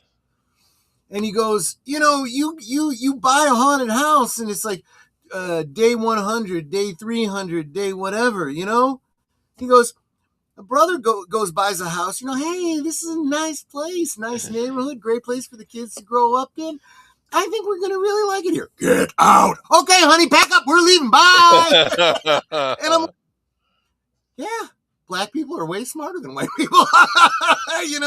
That reminds me of a similar joke when I was listening to a podcast about an Italian horror movie called House by the Cemetery. So like in American movies, you hear Get Out, and it's like, oh, wow, something freaky is going on here. In the Italian horror movie, you walk into the house, the babysitter you had watching the kids is missing, and there's a huge swath of blood leading to the basement that you can't unlock, that you've not been able to unlock since you moved in, and you just decide, let's go to bed. Like nothing happened. It's like, I don't know, we'll deal with it in the morning, for crying out loud. This movie freaked me out. They used to play this on regular TV during the afternoon. I want to say hi to Keely Chow. Welcome. Good to see you. Which, even though it's an R movie, I don't think they cut too much out of the regular No, TV all version. they really cut out of it was the axe scene.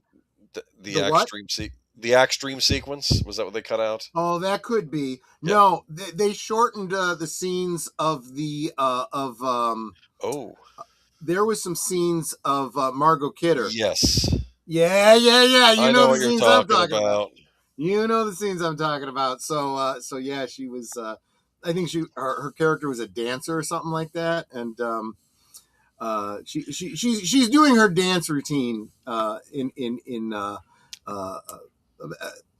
let's just say the kind of clothes that a wife might wear before bed. Just. Not particularly meant to be sexy, but when you're, doing those dance moves, just saying. Did you catch the in joke in this movie? Because I think she's humming the Superman and Lois theme from Superman the movie. Yes. Which really. But you know what's worse about this? Even when they get out of the house, right, and then you left the doggy, Butchie. You left the dog behind, and it's like, oh no! Now he has to go back in to get the dog. Exactly. And doesn't he fall through the floorboards? And there's all this. No! You're getting ahead of us. That's the other movie that the other haunted house movie that I got coming up. But so again, as a kid, this effed me up. As an adult, just recently married. Netta and I living in an apartment on the north side of Chicago. I was, just going through, just sharing with Netta about growing up and, trying to help her understand me. This is where I came from. These are the things. And this is one of those things that impacted me as a kid. And I'm like, you probably need to understand my level of so let's watch this movie. I know you're not into horror movies, you don't like horror movies, but you know what, we'll watch it together. I'll be right here, and it'll be good, and you can kind of get an idea of how screwed up I am because of this movie, right? Remember, this scared the crap out of me as a kid and scarred me. That's the whole point of this movie. We're halfway through the movie, we're an hour into this movie. And Netta's like, so have we gotten to the scary part yet? And I'm like, for sake, honest, this was scary to little Troy. I don't know what's going on here. And that's why I told him, it's like, I had read the books years ago. It hits differently for someone who's not Catholic, who doesn't believe that it's real, who, is a little bit older, let's face it, a couple of years older makes a difference. Well, considering the fact that I believe in the spirits in our house and I've seen them and talked to them. Well, that's fair, but not the same kind of. Here's the thing, though. I read the book, and I know there is the part where the priest runs out of the house and stuff, but I got the impression that in the book it was more ghosts than like demonic stuff. That's what I got from the book. Whereas I don't know. It sounded like demonic possession to kill the family in the first place. Maybe that's right. Maybe you're right. Hell kind of thing, and Jody the pig. But I know I feel like they stick a lot. Well, I never even made that thing. By the way, that pig in this movie, when you finally see it through the window, that's not impressive. It was more impressive when you just saw the eyes blinking through the window and you couldn't make out what it was. When you're a kid, you take it at face value. That really kind of effed me up. But I'll tell you. So after watching it with Netter and realizing it's not as scary as I remember it being, but as someone who's getting ready to buy a house, I start looking at this movie completely different. Okay, so you buy a house where something supposedly happened in it, and you realize that there's a portal to hell, right, in the basement, or maybe it's just a sewage problem. And then the walls start bleeding this ichor, or maybe the pipes are just leaking, the sewage pipes are leaking, and the priest gets sick because of the smell of the sewage, and he's attacked by flies that are attracted to the sewage, right? Okay, you have a house that is a money pit. That in and of itself is horrific, and you got to figure out a way to get out of this when you're in debt up to your eyeballs with mortgage. That's a whole different movie, but equally scary to an adult, But I don't know, flies, that's like Beelzebub, Lord of the Flies, right? I'm just saying. or something you get used to as a homeowner who has a sewage backup. Just saying. Anyway, so there's a great scene where the catering money vanishes and he starts freaking out. Remember that? Right. And you're starting to get the impression that he is not in control of himself. So yes. Yeah. Where's the money? He yells out of the house. This one freaked me out as a kid. As an adult, I look back and I'm like, I'm not really sure what I was afraid of, but it impacted me for a lot of years, Then they remade this movie with Ryan Reynolds, and that was just stupid. Yeah, but I like the two actresses in it. I like Melissa George, and I liked the one who played the babysitter, who was Rachel Nichols, who was on the sci-fi show Continuum. There you go. I can't Ryan get on. Reynolds was in Amityville Horror. Yeah, he plays the father role. Have you not seen the remake, Netter? We saw it. It was just forgettable. I understand. It was all right. I went to the theater to see that because I was like, I was always of this opinion. We always complain about Hollywood remaking good movies and making them worse, but since I never considered the Amityville Horror that good, maybe they'll make this better. And that it's it's just bad in a different way. It was one of those ones that followed it closely enough to still be bad, but milk toasted it enough to not make it good either. So it's just. I did like Rachel Nichols as the babysitter, and of course you think of the mousy babysitter with the braces in the original movie, and then you get like this super hot like older teenager babysitter in the remake. But oh well. That's right. The babysitter in the original had like these braces things. Well, the retainer, which you have to wear when you're not eating, that's when you're in early braces form. For those of you old enough to remember, you had to wear that outside your mouth. I hated that. I hated it too. For years, I had nightmares about my teeth falling out, and I knew it was directly related to it having braces. Yeah. I still wear my retainer every night. No. Different kind of retainer. I'm talking about when you have the braces wear outside. And it pulls your teeth back. Thing. Yeah. The headgear. The headgear. Oh, I hated it. And I'll tell you, I hated it so much I wanted to get rid of it as quickly as possible. So I wore it as tight as I possibly could. I got horrible headaches. Yeah. From it, pulling my teeth back. but I wanted to make sure that I got it. And the doctor would be like, are you wearing it every night? Every damn night. I put it in hours before I go to bed, and I take it. Well, I got to take it out before I go to school. But, Yeah, pain in the butt. Oh yeah, my mother and grandmother had a much stronger reaction to this movie than I did. Dude, but, this is Faye Dunaway as Joan Crawford, who, let me tell you something. Faye Dunaway disappears into that role. You forget that it is Faye Dunaway. That's true. She looks so much like Joan Crawford. Yeah, it's amazing. This is another one you do not watch as a child. You probably shouldn't, yeah.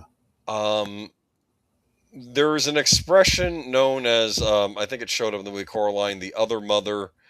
When I was a child, I had a nightmare, and this was from another movie that I saw as a kid, which I don't know what it was, because it had like this green Medusa lady killing people, and I don't remember what it was called. But I remember as a child, I had like I had a nightmare where I was in a field that was all black, kind of like Pac-Man, how like you have the orbs. There were these teepees, like these Indian teepees everywhere, and this weird Medusa green one was going around killing people, like stalking people. And I go and hide with my mom. My mom was like, "I'm sorry, you can't be in here. You have to go out and meet the woman." And I didn't know what that's about. And I did dream analysis later on. And I think I mentioned this on a prior stream. We talked about dreams. That what that is when you're a child, you have no control or power, and your worst fear is that someone in authority, a protector, such as a parent or maybe a teacher or something, would do something bad to you, and you were powerless to stop it. And that's sort of what that underlying imagine how kids feel when they are actually in that situation, which is what apparently this movie is about. So yes, this is she adopted a couple of kids. Look at her. Oh my God. She really does look like Joan Crawford. It's amazing. And you're thinking this is going to be a fairy tale come true. She adopts some little blonde girl from the orphanage. You're going to get to be the daughter of a movie star, famous Hollywood actress Joan Crawford. What could possibly go wrong? And apparently everything. So yeah. No more wire hangers ever. Wire hangers. For starters. That line has taken on so many meanings since this movie came out. Netter and I, having done cosplay and history reenacting and stuff, and there was always this joke. I think it comes from the we didn't do Renaissance Fair, but we worked with a lot of people that did the Renaissance Fair who would be on the Queen's duty, and they would be the guardians and protectors of the Queen, right? Yes. To save the Queen, right? He explained that that's not what you're doing. To hell with the Queen, protect the dress. That's what your job was when you were on Queen's duty, whether it was the Renaissance Fair or the Victorian reenactments or the steampunk stuff. Protect the dress. You protect the dress. It comes off as you protecting the Queen, but we can always replace the Queen. That dress is a lot of work, very, very expensive. So this whole idea of no wire hangers are completely freaking useless. They are not. You don't put a nice jacket, a nice heavy jacket, or even slacks. You don't use wire hangers. They put bad lines in your clothes. This is not. That is what you use to get it from the dry cleaner to get it home, and then you switch to the nice big wooden ones that keep its shape without pressing lines into it. That's the one element. But then, of course, if you grew up and you're a certain age and you remember corporal punishment, why you wouldn't like wire hangers for a whole other reason. Because your behind might feel the other end of it. Oh, or the back of your thighs. Awful. Oh, yeah, if it wasn't the wire hanger, it was the thin strip of bamboo. That was yeah, I have some memories of that. But and then in the 60s, wire hangers took on a whole different meaning that we won't get into any further. No, I know think those of you that are old enough know what we're talking about. But yeah, wire hangers. So there, I don't know. From what I heard, this was based on a memoir written by the adopted daughter of right. Joan Crawford, and I heard the movie deviates from that, and maybe this scene makes no sense in this movie because it's taken out of context from the book or something. Why is she flipping out over? It's not like the daughter is in control of the hangers they use, right? Is the daughter like hoarding wire hangers and replacing the fine hangers of her clothes? I mean, what is going on here?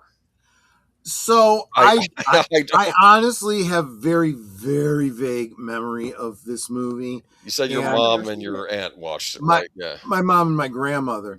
And they both read the book. Okay. I did not read the book. Right. So I don't know.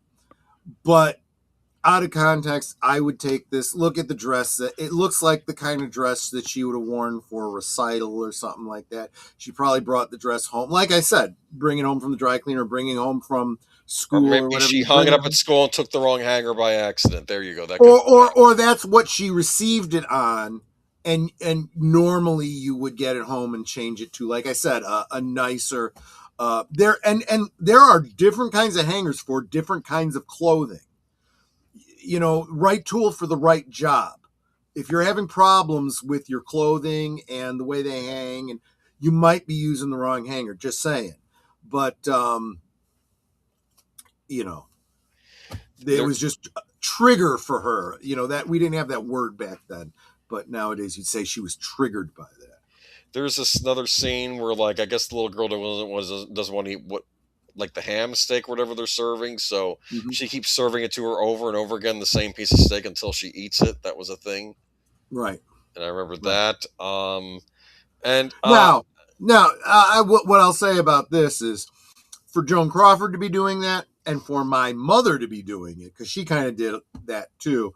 But that's very different. When you're growing up in a middle-class, lower middle-class family, a poor family, you need to learn.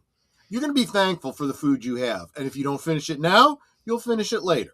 What if it's because that's what you're eating. It's protein, it's meat, oh my goodness. Or you go hungry. That's your choice.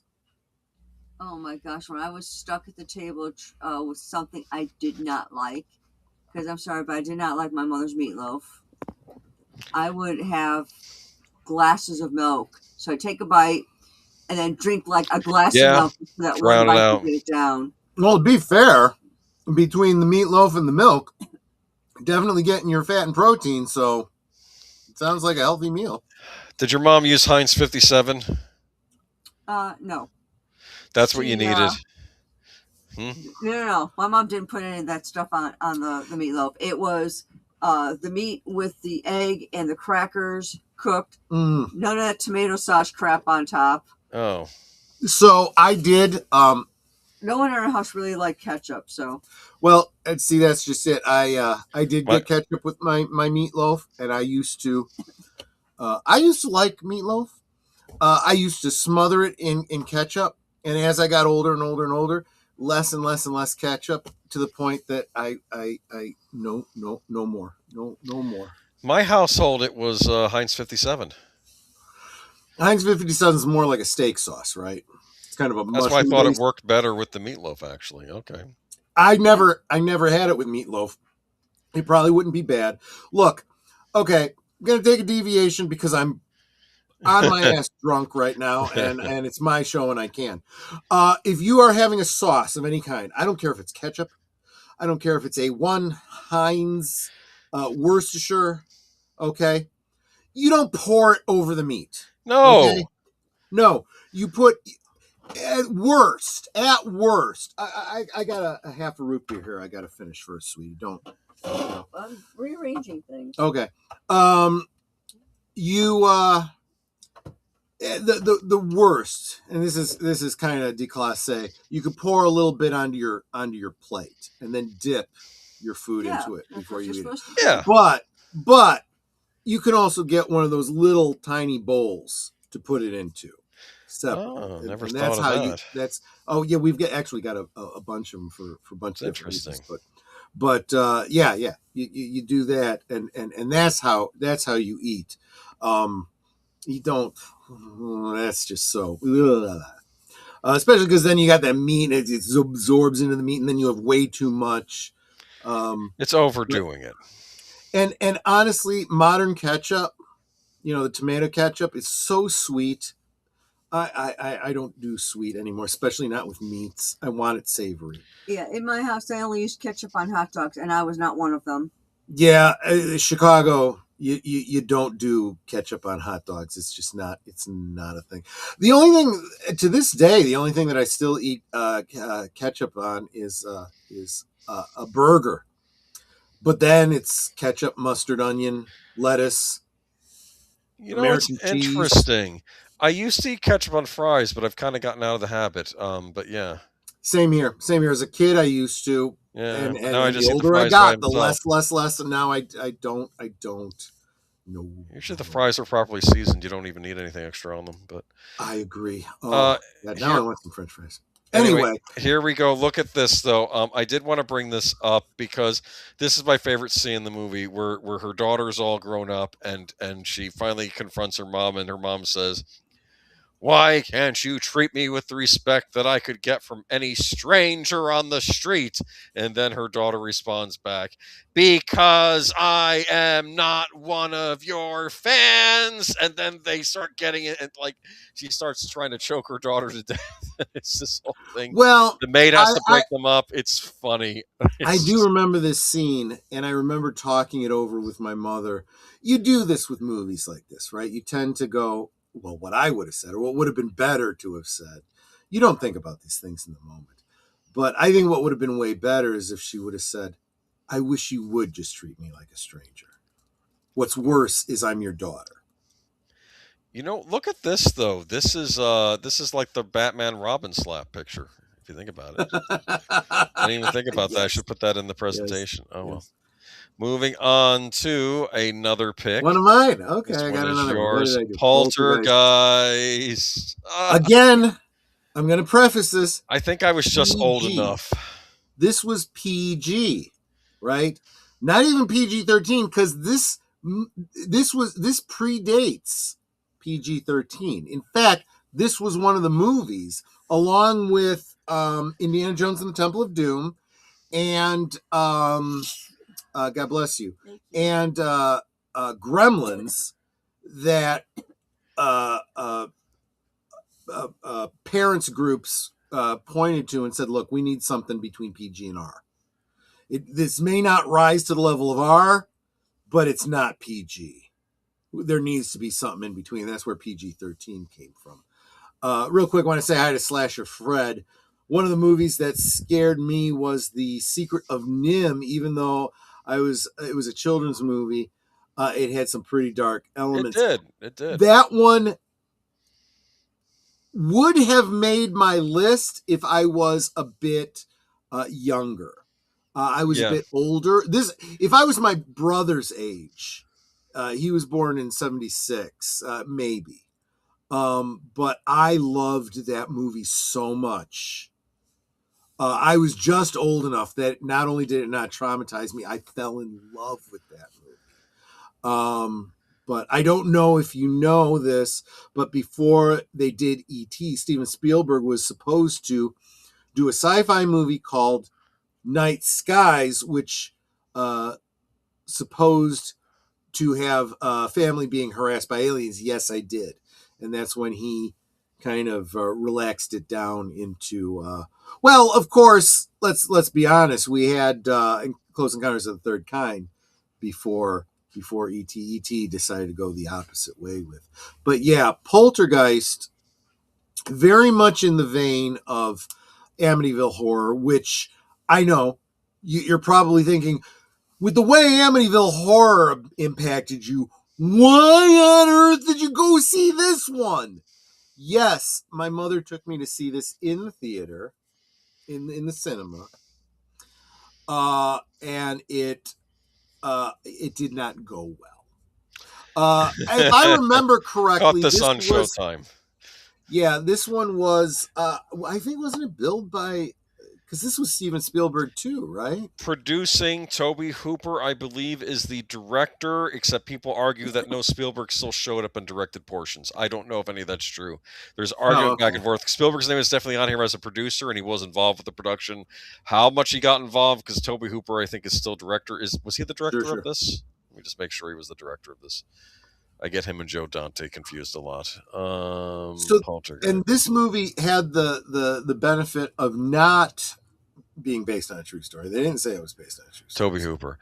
It's not based on a true story, but it's based on ghost lore. A lot of ghost lore that was popular at the time, much in the same way Close Encounters of the Third Kind was based on UFO lore. It's kind Which of like is why you kind of forgive it if it dives into tropes. You're like, well, yeah, that's the point. It was the first time we saw these tropes. Look at that. True, but this whole idea of, well, it was built on a Indian burial ground that was then, a cemetery, and you moved the headstones, but you didn't move the bodies. And it wasn't an Indian burial ground. It was just a regular cemetery. Well, until the sequels. Maybe that's where that came from. Yeah. The sequels. Then they started getting into that, and they got into the pilgrims that lived there and stuff like that. Great special effects, which really were just, animation. Well, Industrial Light and Magic, I think, were involved. ILM, right? Yes. Exactly right. Look at that hand coming out from the TV screen. Yeah, very, very freaky. And again, their use of the little girl, the sweet little innocent girl, somehow brings this very offsetting kind of element to it. They're here. Oh, God, that just, oh my. That already. The spirits are sort of, she's probably able to communicate with the spirits better than the rest of them because she's a kid. Right. So she's probably more open to this stuff. The same kinds of things that freak you out about things. Like, don't talk to strangers. How kids might be more susceptible to talk to a stranger. That's what tell them to talk to strangers. Don't talk to ghosts. That's another thing we should tell them. Yeah. What was that movie that Deleted Scenes wants us to do for Live from Sparkle in 21? Skinamarink. Skinamarink, yeah. Kind of like Skinamarink, where the kids are easily preyed upon by these entities or whatever. That clown, let's face it, this is what the clown looks like before it goes evil, when it's just a freaking doll. There's some creepy as all again, Skinamarink, The clown changes features in later scenes, like when he's close to the kid. It's slight, but it's there. His eyebrows come down, and the teeth. You have to be, and I think in your head you're wondering, did he always look like that? Because I don't think it's so dramatic that you notice he looks worse, and I think your head plays with you. Did he always look like that, or what is going?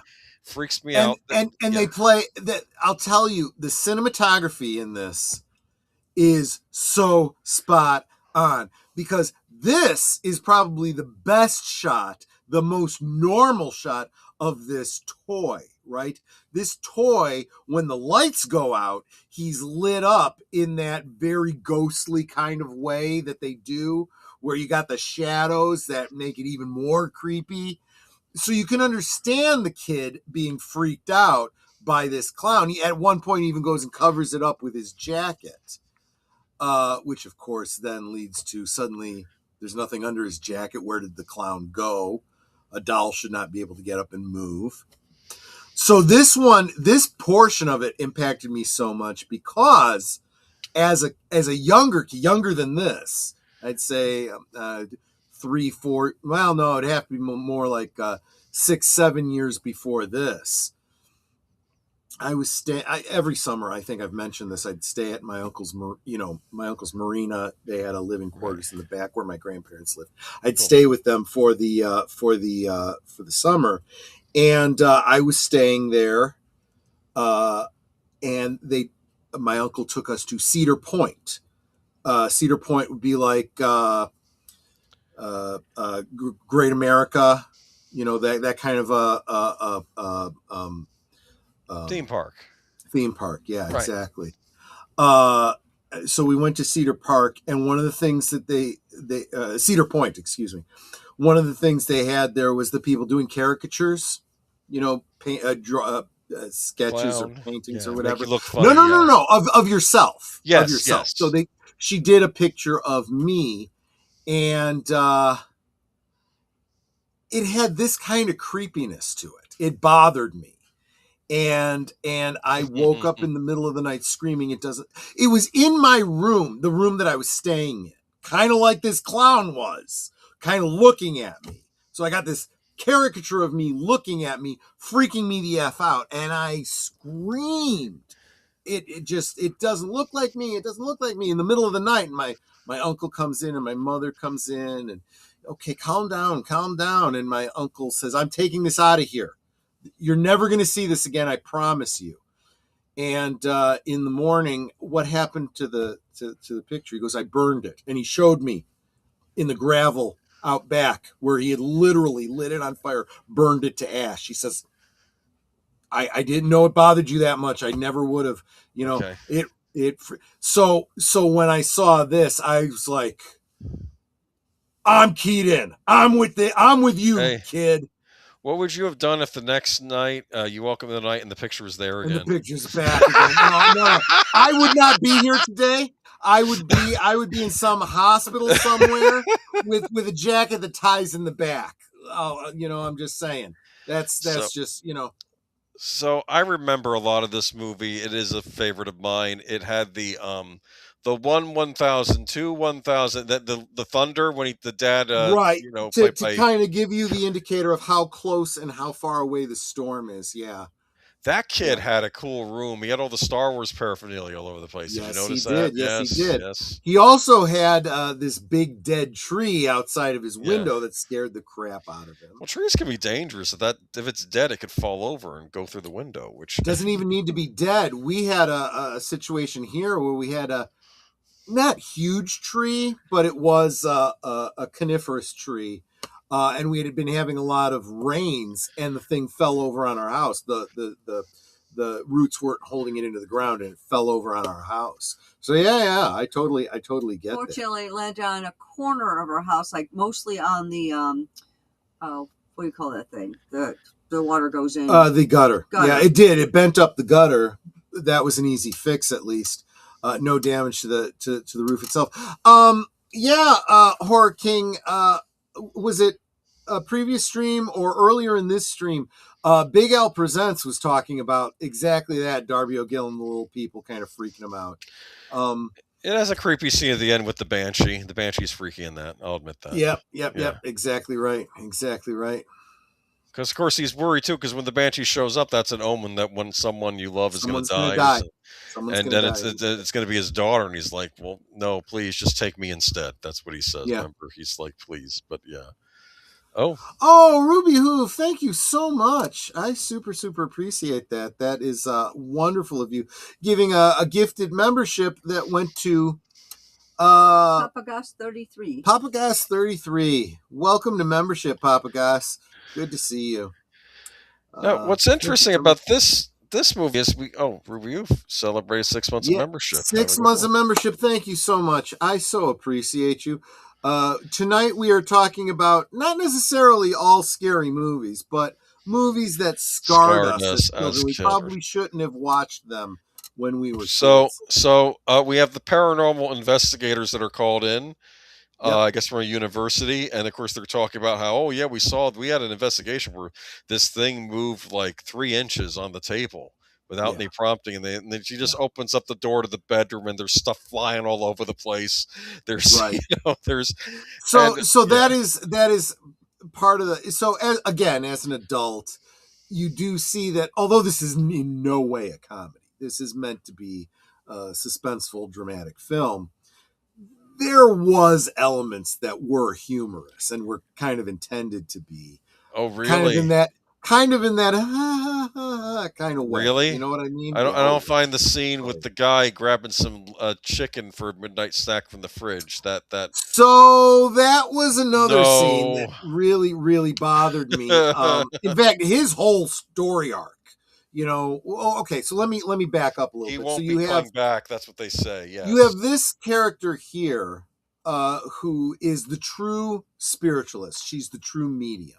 She's your Yoda character. She's actually in tune with what's going on here. And if you just friggin' listen to her, you'd be okay. But nobody does. All of the academic people are excited about it, hoping something happens because they want to prove something. They want to publish. They want to whatever. And so they end up becoming victims, right? And one of them, as you said, he gets up in the middle they're staying in the house so that they can record whatever they can record or whatever. And at one point he just gets up at night, goes into the refrigerator to see what he can find. He finds a piece of chicken. No, it wasn't a chicken. It was a piece of pork. No, it's like a pork chop or something like that. Yeah. The reason being because at one point he turns away from it, and when he looks back, it's moving like a worm, or like a snake. Remember. I thought it was maggot or something.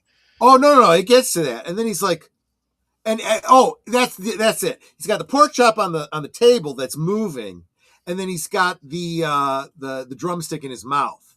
And as he looks at the meat and he sees it moving, he drops the drumstick from his mouth and he looks down at the drumstick, and it's exploding out with maggots. Ew. Isn't there a scene too where he starts clawing his face, or is that a different? I'm getting there. I'm getting there. No, same guy. Okay. That's why I said his whole story arc is just messed up.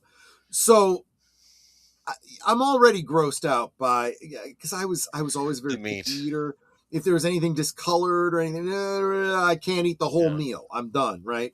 But I had an experience with kids shouldn't play with dead things, right? I remember finding a dead bird in my yard. It had hit the window and died. And I just went to see it, and I turned it over. And when I turned it over, it just burst open with maggots. Who knows how long it's been there? So I'm seeing this, and I'm thinking of that, and those two things just kind of associated, right? So now he sees this.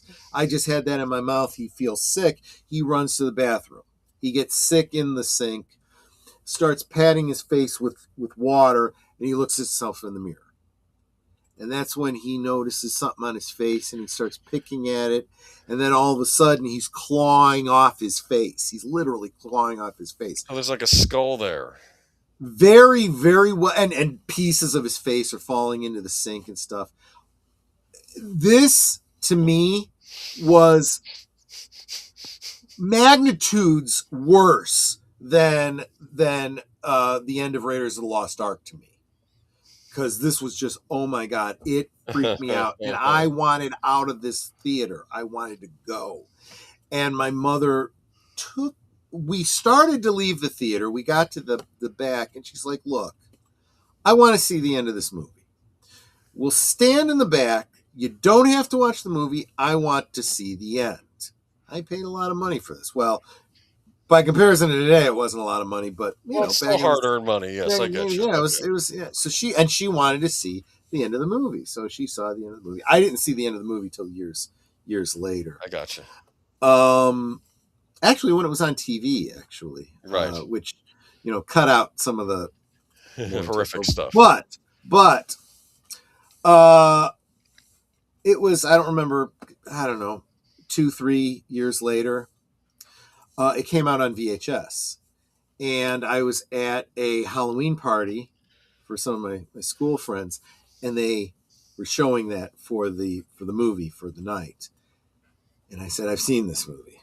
I said, at one point, I'm going to have to leave. I'm not going to be able to watch this scene. And as soon as he gets up and he goes to the refrigerator, he goes, I got up and I said, I'm out. I'll be back in about 10 minutes. Problem is, you show weakness, right? when the kids know what it is that scares you, they're gonna. So I come back in, and they've paused it or rewound it just so I could see that scene again. I'm like, oh, you sons of bitches, You can't show fear, dude. And the 80s, there was no tolerance for it back then, was there? The kid's mom was like, "That's just not right. You don't do that's not." They don't care. Cool. They ain't gonna listen to the mom. They didn't care. No, they didn't care, and they got such a big laugh out of it. Yeah. And it is very, very important that I you actually picked. You couldn't have picked a better order to put mine in, because you're kind of seeing a progression in my dealing with scary I'm picking movies. Years they came out, so that's why I did in the order I did. It's actually working pretty good, because when we get to my next one, it kind of culminates in something. So let's get to the other side of the trauma. Maybe let's get to my final one. Yeah. In a way, this is a movie that traumatized me that I didn't even see, but I kept getting coaxed into watching it. But I'm going to bring it up. Creep Show. Yeah. This movie still freaks me out. Let's be honest here. This is the big Stephen King, George Romero team-up movie. This has want to see Ted Danson being buried up to his neck at the beach and having the tide roll in. Right. Yeah. Everything in this movie is placating on a different fear. Let's just say older family members, they kept trying to coax me into watching this when I was like 5. I don't want to. Yeah. And I kind of feel that this was a movie that I had to kind of build my courage to watch. And I did it in an interesting way. My older brother had the graphic novel adaptation, because, of course, this is inspired by old EC. It is based on old horror comics. So they made a graphic novel. So I read the comic book a few times before I dared trying to watch the movie itself.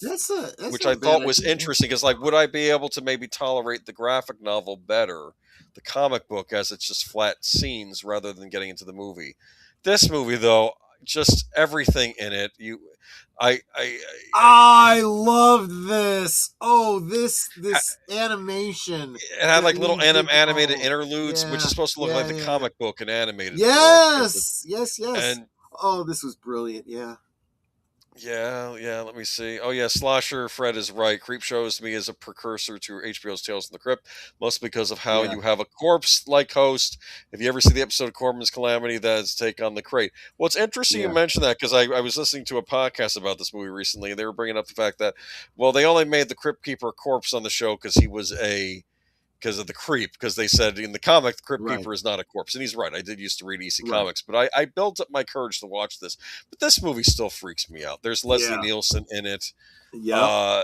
I like how you have two undead people who are murdered trying to get revenge. In this day, it's because they were out in the ocean, so they look all waterlogged. And when they talk, they have like an underwater gurgling sound. Yes.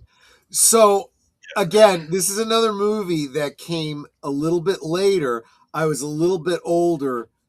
This was another one that we watched on VHS for a Halloween. Did not bother me at all. I felt that there was a lot of elements about this, as tragic and horrific as they were. The stories tended to have a little bit of that humor.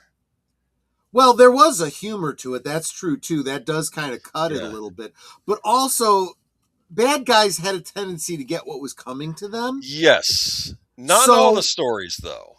Not in all the stories, but most of them. Like Leslie Nielsen's character, he's obviously a bad guy. He's a nut job.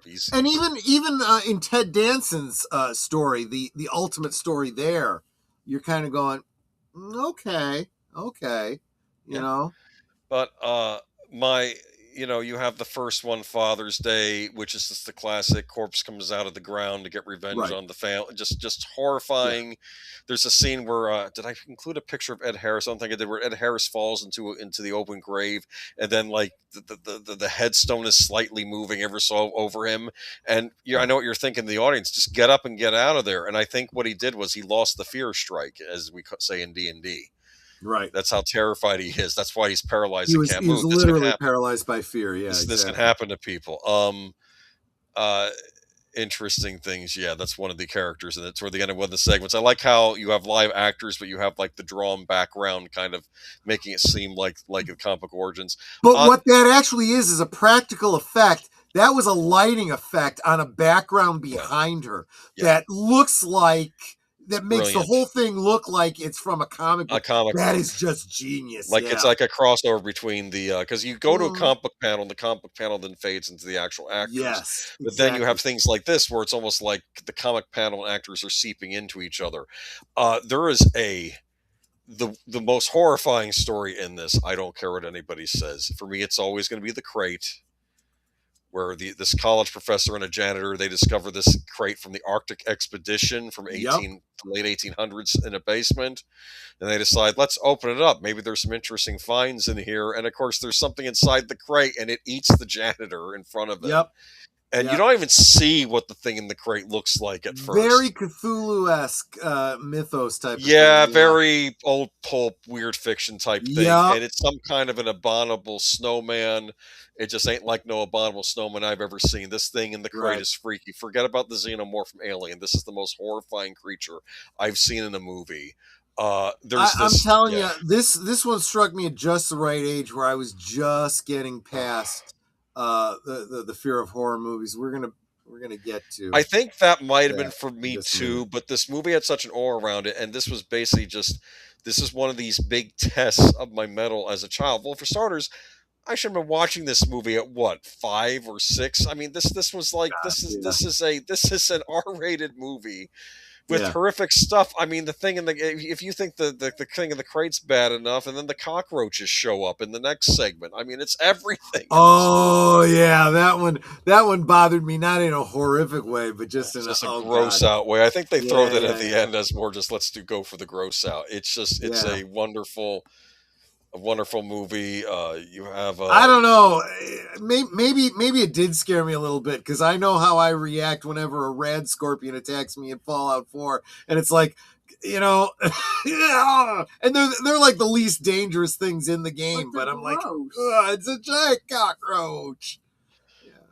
But basically, this is in a way a kind of an homage to 1950s American horror as we saw in the comic books, which it has that American horror of the 1950s flavor, which unfortunately got snuffed out because of the censors back then. But it's kind of brought back here, and code and everything. But and the 50s and the 80s sort of echo each other in certain ways too. So even though this is taking place in the 80s, there's still some 50s. It's got that 50s, exactly, aura around it or something. Maybe that's what I'm looking for. But sure.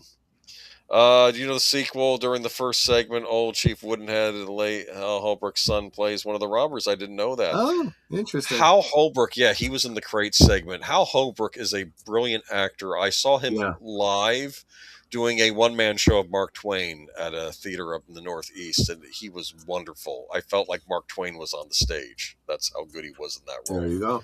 But no, Creep Show, check it out. But it's freaky stuff, man. It still freaks me out now, even though I know all the things, just because it knows how to tick what bothers you.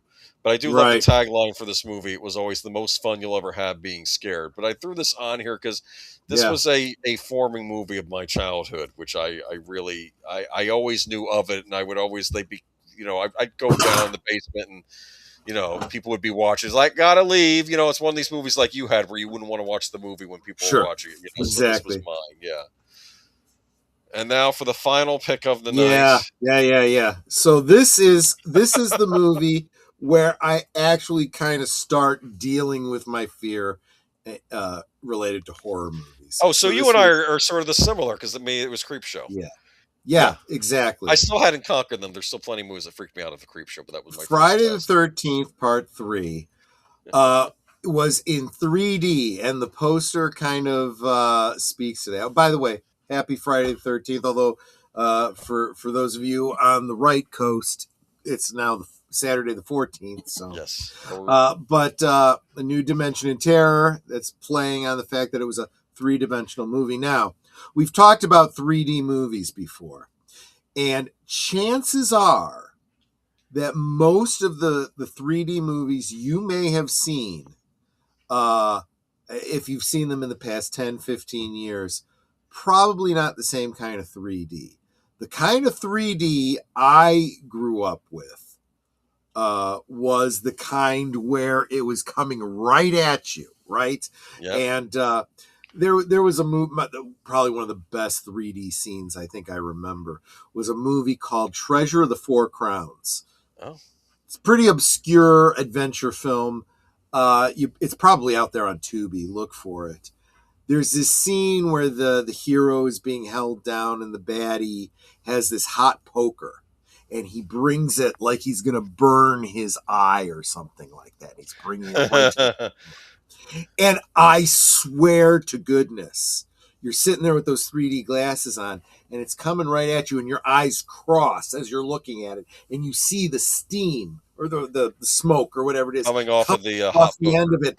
And I swear, I could almost feel the heat because it looked so real, right? And if something is shot at you or something like that, you go to duck because it's like it's really coming right at you. A lot of the movies that I've seen, I'm thinking there was that Alice in Wonderland, the Johnny Depp, and yeah, it was done by Tim Burton. Tim Burton, right? Yes. It was 3D, but it was 3D like a picture box. Depth of field. Yeah, depth of field, where the screen back is the 3D. Yes. And I'm like, that's not 3D. Well, that's how they do modern 3D. Okay. Exactly. 3D to me was it's coming like really right at you. And this was that kind of 3D. So keep in mind that you've got a horror movie that's immersive enough as it is in 2D, and now it's 3D coming right at you. Can I have a complaint that people filed against this movie because one of the actresses was kind of uppity about them not having nudity in this movie? This could have been the first Friday the 13th movie 3D where you got 3D boobs, basically. That she's shaking them in someone's face, that could have been it. This is Shelley, by the way. The most annoying character I've probably seen in a movie, or one of the most. He was one of the characters. Like, if he gets killed, I'll be happy with it. This movie cheats you out of his death because he does get killed, but you don't get to see it happen in real time because, of course, it's part of a gag that happens with Jason later. Right. I love this. He's in some kind of convenience store, and we have they look like punks from a Death Wish movie, the gang, right. And they say, you have a hard time believing that these two guys would be in the same gang together, or whatever.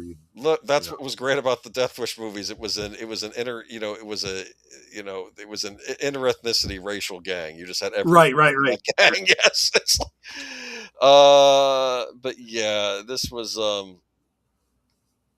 And Boomer, you were 5 or 6. You're no Boomer. Geek Flag, I have repeatedly said this on a number of occasions that I am not a baby boomer. I use the term boomer because of the 30-year-old boomer meme, which said Quake was a good game. Like, you're too old that you're not with the kids because you say Quake was a good game. And I thought at the time, you know what? Quake is a good game, so that must make me a boomer. And I always thought that was fair because people always said I had an old soul. I was born in the wrong generation. So I kind of did. In some ways, I wish I was a boomer. I could have seen more of the 70s. That might have been fun, but oh well. You didn't miss much, All right. What was it? There was a gas crisis and a flock of seagulls, and that's about it. As Austin Powers said. Yeah.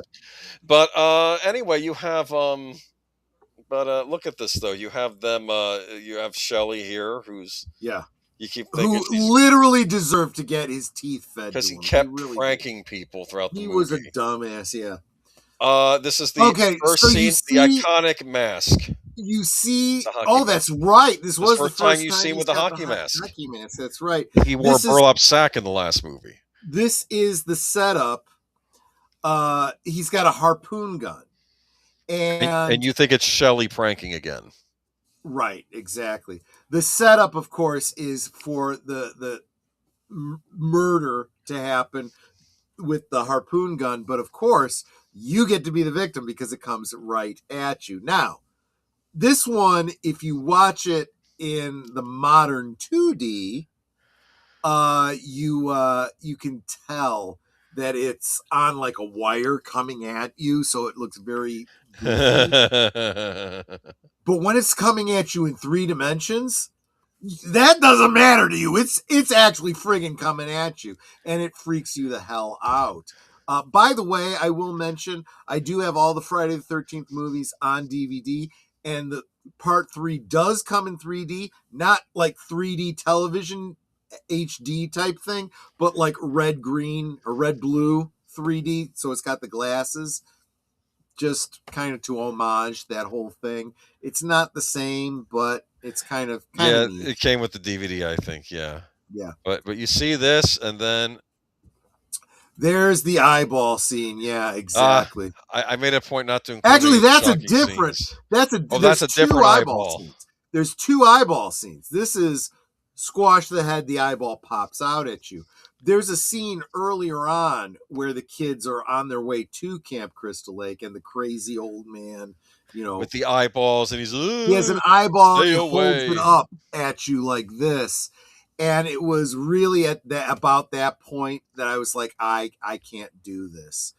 And I was having your uncle, my uncle and my aunt, right? Okay. And I was sitting between them, and I didn't want to watch this movie, and I said, I just can't. And I was doing this was when I was doing the whole, you watch it through the lattice of your fingers, like this somehow protects you. Yep. Honestly, when you're a kid, it does. And my aunt was the one that was kind of goading me, right? She'd be like, oh, everything's fine, you can look. And my uncle would be like, no, trust me, I'll tell you when you can look again. And I realized this was the weirdest dynamic. I expected opposite. I expected my aunt to be the compassionate protector, and my uncle, who was just, I know he was a bully in high school. I know he was. He used to pick on me, and he used to hit me, toughen me up, kind of stuff. That sort of thing. When it came to this horror movie, he was not like that, and I was really surprised by this. I'll get to the story behind that in a bit, but my uncle eventually said, maybe instead of watching this, through your fingers or whatever, why don't you just take the glasses off? I'm like, huh? He goes, try it. He says, nothing's happening. Take the glasses off, see what happens. And it becomes very blurry. 2-dimensional and blurry. And I'm like, oh. He's like, yeah, that's not so bad, right? And honestly, I was like, okay, less immersive, more separated from it. And I am getting a little older, and I'm trying to face my fears. And so this movie was kind of the turning point for me with horror movies. And after this, most horror movies weren't quite so bad, and I would start going back. And then you're starting to get into like Freddy Krueger with the funny one-liners and stuff, which is a whole different kind of fantasy, the sort of the more fantastical. Yeah. Chucky, things like that. Up until this point, with the exception of the dead guy coming back and stuff like that, by and large, this kind of movie, the first several movies, you could believe were just a mass murderer killing on a killing spree. This is the kind of stuff you could believe really could happen. So some people said happened around the campfire, the kid in the woods, right? Yeah, exactly. The machete and all that. So, but now I'm at that age where I am kind of starting to face my fears and stuff. Look, you were right. This movie, no boobs. I was a little disappointed in that aspect of it. So I was obviously old enough to have. You got some side boob. That's about it. Okay, nothing I'm counting. Sorry. Look, this was. I was at the age where I was going through Dad's, nudie mags. So the side boob wasn't going to do it for me. But yeah, so yeah, I'm actually starting to get past that the scarring. This one actually had the kind of scarring that was a good scarring. This was the growing up and growing out of that fear kind of thing, But it's funny you mentioned that building up. You know what I did spend a lot of time around this age doing, though? I wasn't necessarily watching the new horror movies, but I would go back and watch the creature features of old, like the Universal movies, or like the Blob. I'll tell you, some of those movies, just taken for at face value, weren't very scary, but they had the gimmicks that were scary. There was a movie called The Screaming Skull. I remember that one. And there was something where you just expected it to be scary. Never really was, but it had you. Huh? If it's called the Screaming Skull, I'm expecting a screaming skull. Right. Exactly. Exactly. Right. Yeah. I remember the marketing about that being, that was one of those ones that went in for the gimmicks, like don't watch this movie if you have a weak heart, and you should have ambulances at the theater just in case, because and you start thinking, oh my god, what's going to happen? And it's like, oh, okay, yeah, it was just hype. It wasn't all that, but so there is something to be said for those kinds of scary movies. The creature features, and I'll tell you what, the opening for creature features scarier than the movie itself. Just saying. Most of them anyway. Yes. But yeah, you're right. I had forgotten that this was the introduction of the hockey mask. Classic. Yeah, it was. All right. But that was because Shelley was pulling a prank where he's wearing a hockey mask and the girl didn't believe him. So when Jason kills Shelley, actually, you don't even see him kill Shelley. You just see him show up and you think it's Shelley again. And you and your audience is full realize, oh, wait, that's not Shelley. And then you find Shelley with his throat slit later on. Yeah. It's just lame. Because I wanted him to die horribly, and we didn't get to see too much of it. And, of course, you had the hippies, too, with the weed, which for some reason the kids were bringing 2 middle-aged hippies on the road with them as well. Well, and this plays into what you get from especially the first movie, but like pass me the doobie, and they're holding it up close to the screen. All the kids that get dead are what? They're engaging in sex and drugs. Bad. You and what's his name? He's just an obnoxious prankster and stuff, and it's like, okay, you know what? So. And there is that element, right, of inviting the devil in, through sin or whatever. You make yourself vulnerable. It's the pure of heart that are protected, but you stray from the path and you're in trouble. I mean, honestly, that really is kind of the underlying story of Red Riding Hood and the wolf, right? Don't stray from the path. Well, she strays from the path, and that's how the wolf can get her. Well, what about what do you call it? There's a guy in this movie though that dies on the toilet, right? He owns a convenience store with the rabbits, and he sits on the toilet. I think Jason slices his throat. I don't even remember. It's a weird aside where we don't know what Jason is up to, and it's because he supposedly died at the end of the second movie, and they go through the whole shebang. Of course, he supposedly. Well, no, he didn't die. He wasn't even alive through the first movie.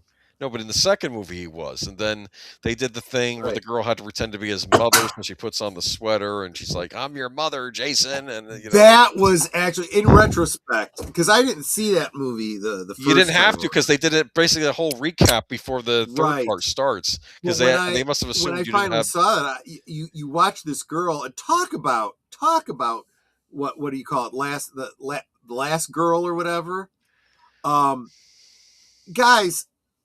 For all of this modern feminism message, girl boss kind of stuff, I'm sorry. Between the girl in Friday the 13th Part 2, even the first girl that she just survives, right? The second one, she gets smart and protects herself. She overcomes. She adapts. Yes. Right? Like a friggin' Marine. That's what you do. You got Ripley and the alien, right? You got these, Laurie Strode surviving and protecting the 2 kids. Not just herself, but the 2 kids, like a good babysitter. Okay? These are tough girls, not all powerful, not Wonder Rays, but, just survivors, right? I'm sorry, you don't need the bestest evers that they're doing these days. Those girls were everything feminism was ever meant to be. You know? Yes. You look at that kind of girl and you know what? Yeah, that's the kind of girl I want to marry. Someone who's going to throw a clip into the gun and toss it to me, you know? Stand back to back and take out those deadites.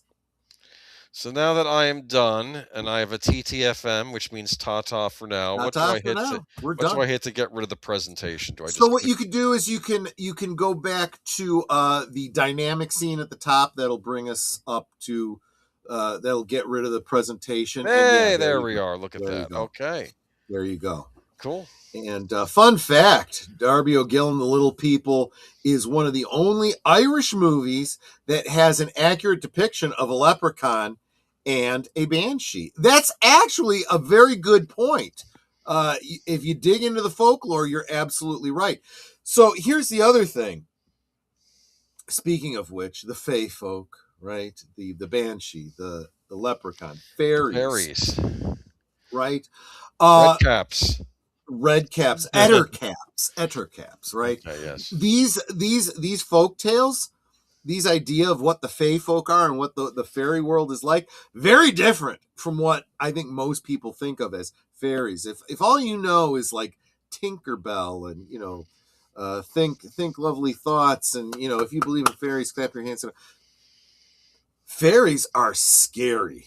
Fairies are scary. They are more like aliens, right? Like Close Encounters of the Third Kind, you know, kidnap you and do all kinds of nasty things, bring you back, and you're all effed up and backwards and mutilating That's more the idea of fairies in actual folklore. But anyway. Yeah. Cool. But that wraps it up.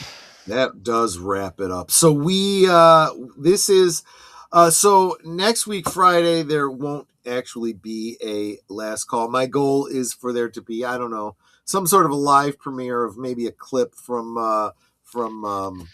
Geeky Geezers or something like that. Brady Bunch, we talked about that for ages.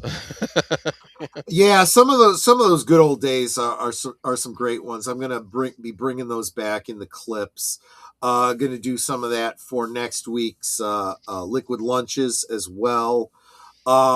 Everything is on schedule up through the end of Tuesday. Even though Netter and I will be on the road as of Tuesday morning, there is going to be a live from Sparkwood and 21. That's you and Deleted Scenes talking X-Files. Yeah, we're just going to do one episode. It's a one-time event. And you're going to be talking about exactly how the X-Files is part of the Twin Peaks cinematic universe. Sure it is. Sure it is. I'm joking. No, it's bad enough, though, they tied Millennium in. The themes are related. I want to explain how they are nods of it. Yeah. They are. By the way, you made a great thumbnail because that actually is from that episode. I remember. I know. Yeah. I know. I knew what I was doing. Yes. I put thought into these things. Yes. But yeah, no, don't take it literally. But there is some connective tissue between, at least thematically, between Twin Peaks and X-Files. That's why you're doing it for Live from Sparkwood and 21. Yes. Yeah, no. Horror King's absolutely right. Fairies in Ireland are terrifying. And if you even come to Ireland, I would suggest not pissing them off. Well, that's Netter is a big follower of fairy lore. And look, there is a certain element of they are figures of nature. Understand and respect them. Don't, as you should with any mythical creatures. Yeah, just be very, very careful. We're not talking demons, right? But at the same time, we're not talking angels either here. We're talking forces of nature that need to be respected, right? Dragons. Like dragons. That's absolutely true. Graham Hancock believes fairies and UFOs are the same thing. That there actually is something in that. The whole idea, and again, don't take it literally. Don't people say these things. It's kind of like who's that YouTuber that interviews people? I'm forgetting his name. Who actually interviewed Graham Hancock? In fact, saying he believes in dragons. No, he doesn't literally believe in dragons. These are people who hear things on the internet and take a little snapshot and go off on tangents. That's not the case. For example, Graham Hancock did not say that aliens built the pyramids or some stupidity like that.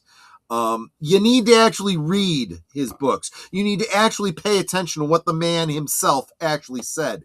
Quit believing what people say about him and take out of context. But yes, the idea that there might be something to this idea of UFOs, of fairies. So if you look at the mythology of the changeling when it comes to fairies, and then you start looking at alien abductions, kind of sound very much like the same story when you really, really get into it.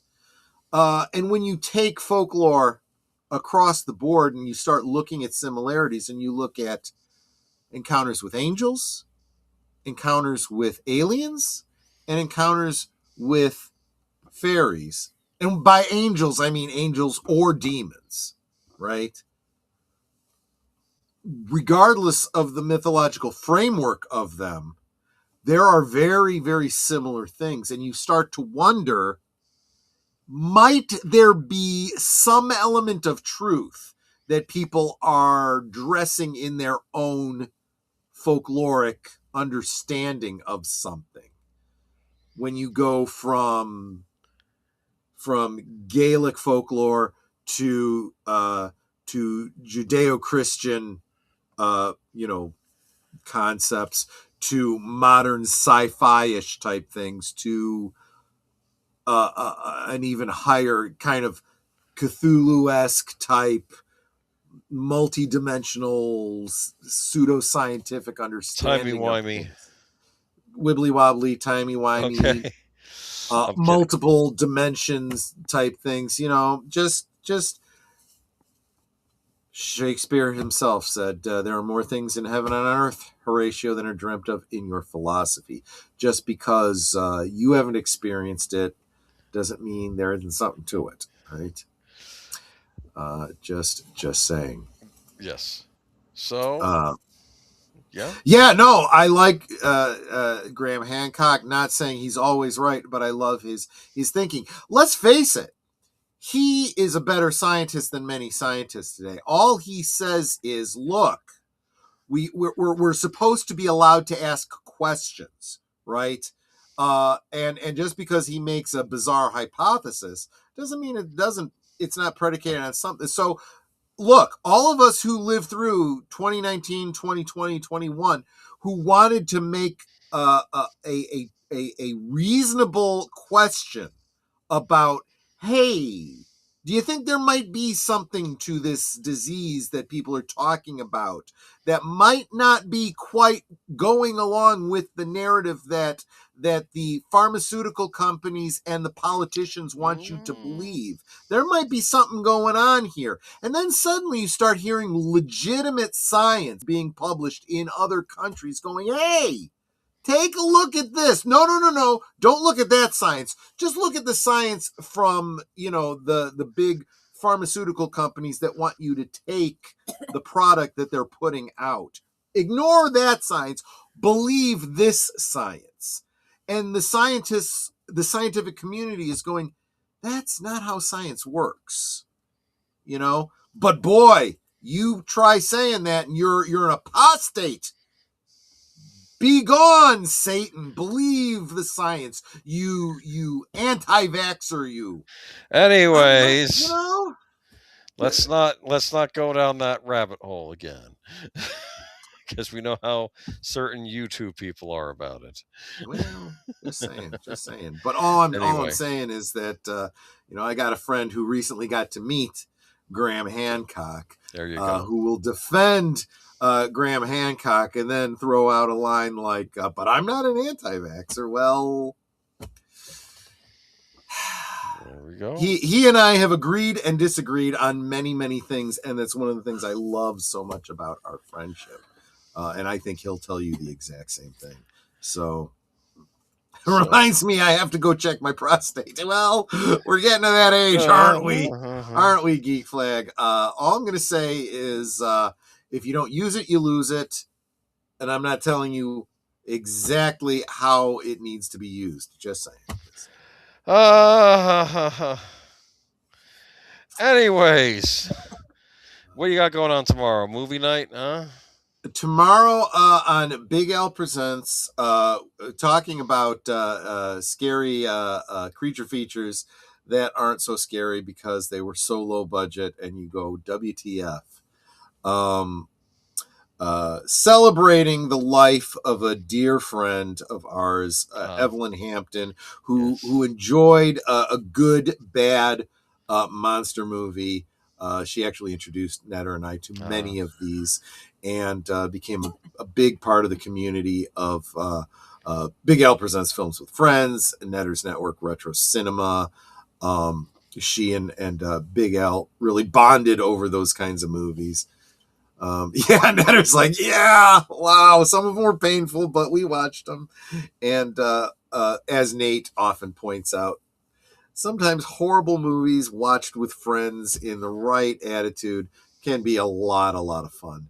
So we're going to be remembering, because it's Monster March over on Big L Presents Films with Friends, we're going to be watching a movie that definitely, if she was still with us today, Evelyn would be co-hosting with us on that one. So that's tomorrow night. I haven't seen this movie before, but kind of looking forward to it.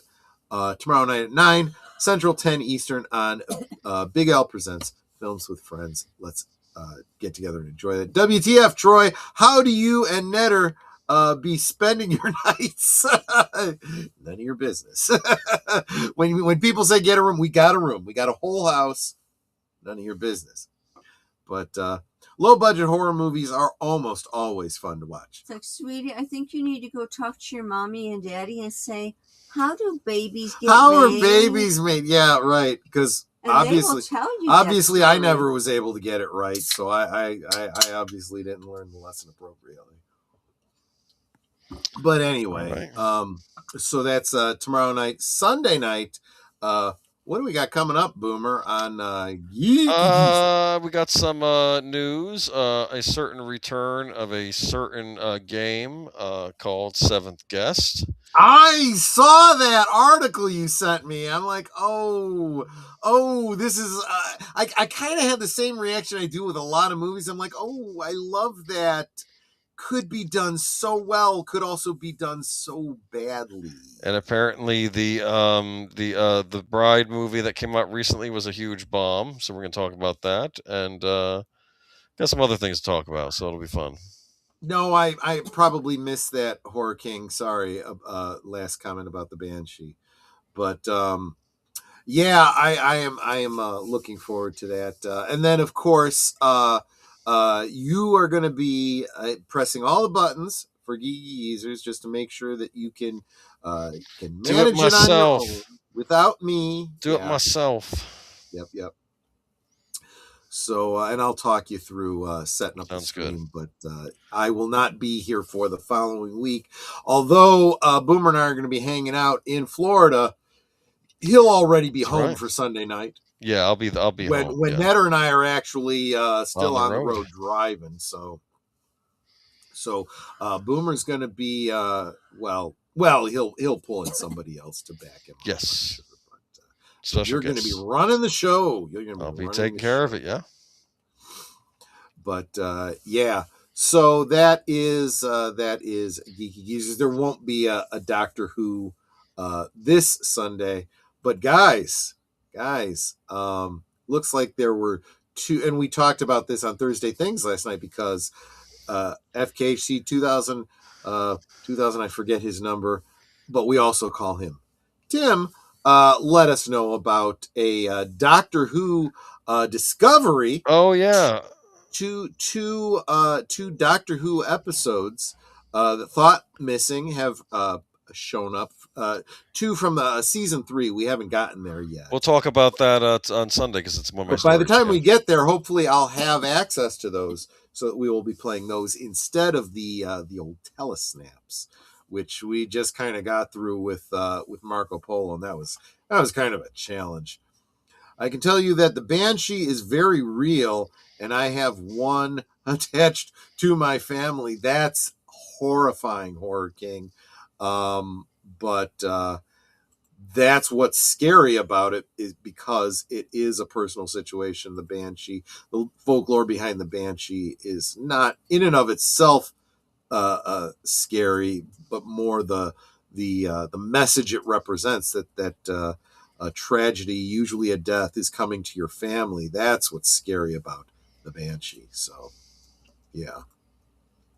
So then Monday, regular Monday, there will be a members' night at the movies. Looks like the movie you guys have chosen is National Lampoon's Vacation, in honor of the trip that Netta and I are taking, not to Wally World, but to Epic Universe, and maybe a little bit Disney. We'll be at what is that Disney park? Streets of Disney, I think it's called, or something.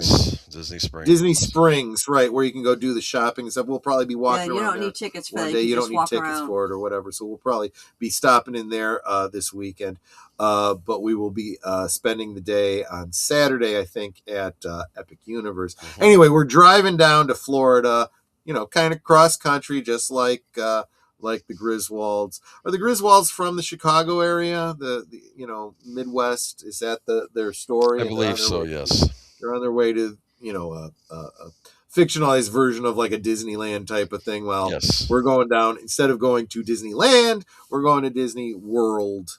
Kind of a thing. Close enough. So we'll be celebrating that on Monday, as we're getting ready to get on our own holiday road, right? And then the following day, of course, Tuesday, when we're actually leaving, you're going to be doing the live from Sparkwood and 21 with deleted scenes, yes, followed by a live premiere of a Sherlock Holmes feature that I've already set up and scheduled to go live in the regular slot, 9:00 Central, 10 Eastern.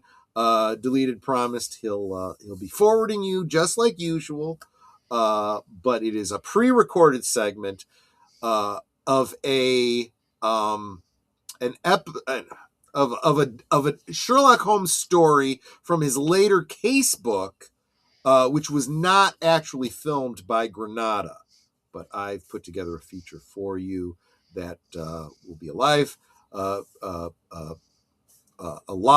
what's it called? Live premiere, but it's going to be staying up as a standalone video. You guys, if you don't catch it live, you'll still be able. But you want to be there live so that you can interact with the chat like you always do. Gotcha. But if you miss it, it'll still be there for you to enjoy, I hope. That's Tuesday. But then, like I said, there will be no liquid lunch, but there will hopefully be videos going live in that schedule. They will be Geeky Geezer's good old days from past streams. Mm-hmm. So no Thursday things this week. We talked about that last night, and no last call next week, unless, and this is a long shot because I tried this last year and it didn't work out. Maybe we could do a brief, live. Hey, this is where we're at tonight. This is what we're doing. But I don't know if I am bringing a selfie stick with me. I got it for free. It's the only reason why I have it. I would never buy one. We're going to see what we can do. Maybe a live broadcast from the Geeks and Gamers after party. Don't know if that'll happen or not. But again, that has to do with Wi-Fi and my technical abilities with YouTube. I don't know. We'll see what happens, but we'll be back on schedule then the following Monday night when I get back into town. So there you go. Yeah, I'm sure that Deleted Scenes will be talking about the Oscars. I know that's happening on Sunday.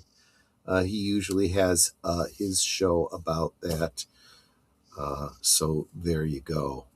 I think we're all caught up. I think that's everything. Did I miss anything, Boomer? Nope, that's it. So we'll see you next time.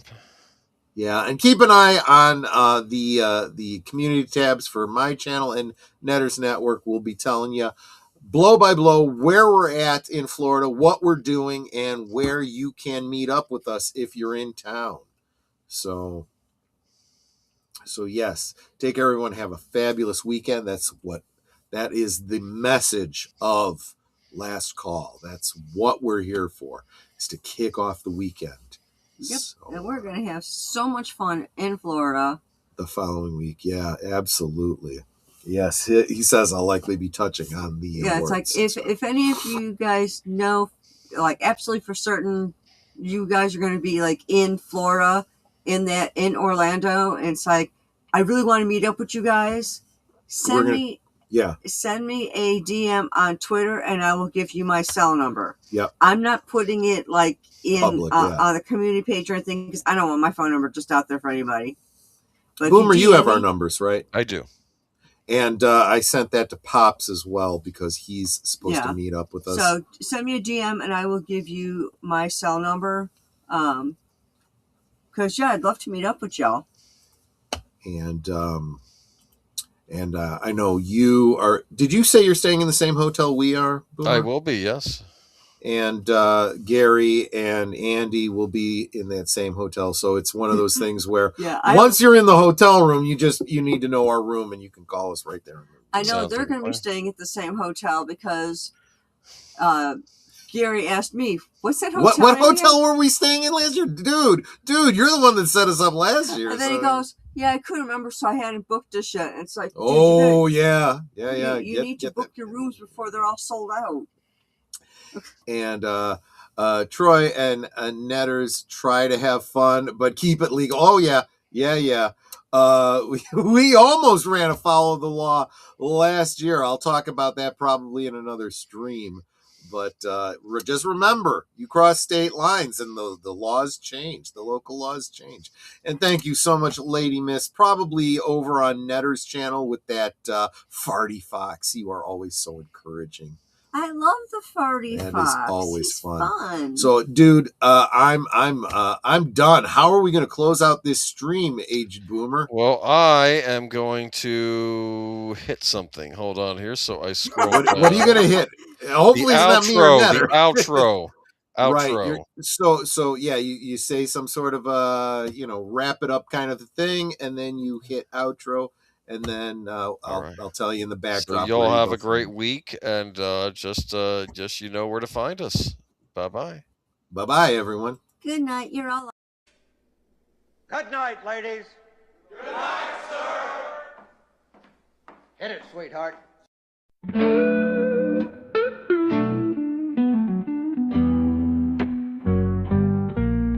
The neon lights are fading.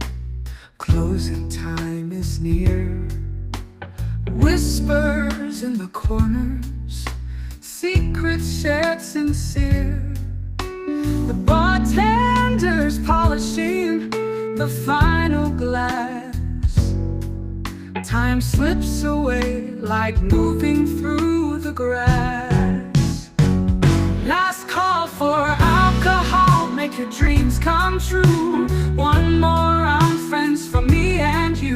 Let's toast to the night, to the stories we've spun. Here's to the laughter and to what's begun. The shadows are dancing as we linger still. Every clink of a glass, a memory to distill.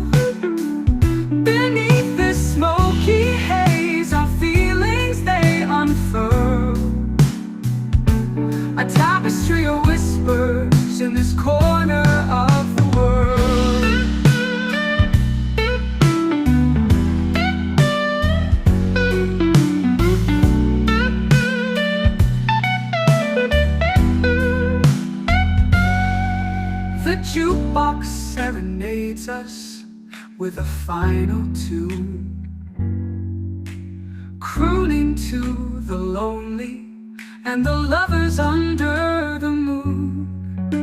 With every soft note, the end draws ever near, but in this fleeting moment, there's nothing to fear. Last call for alcohol, make your dreams come true. One more hour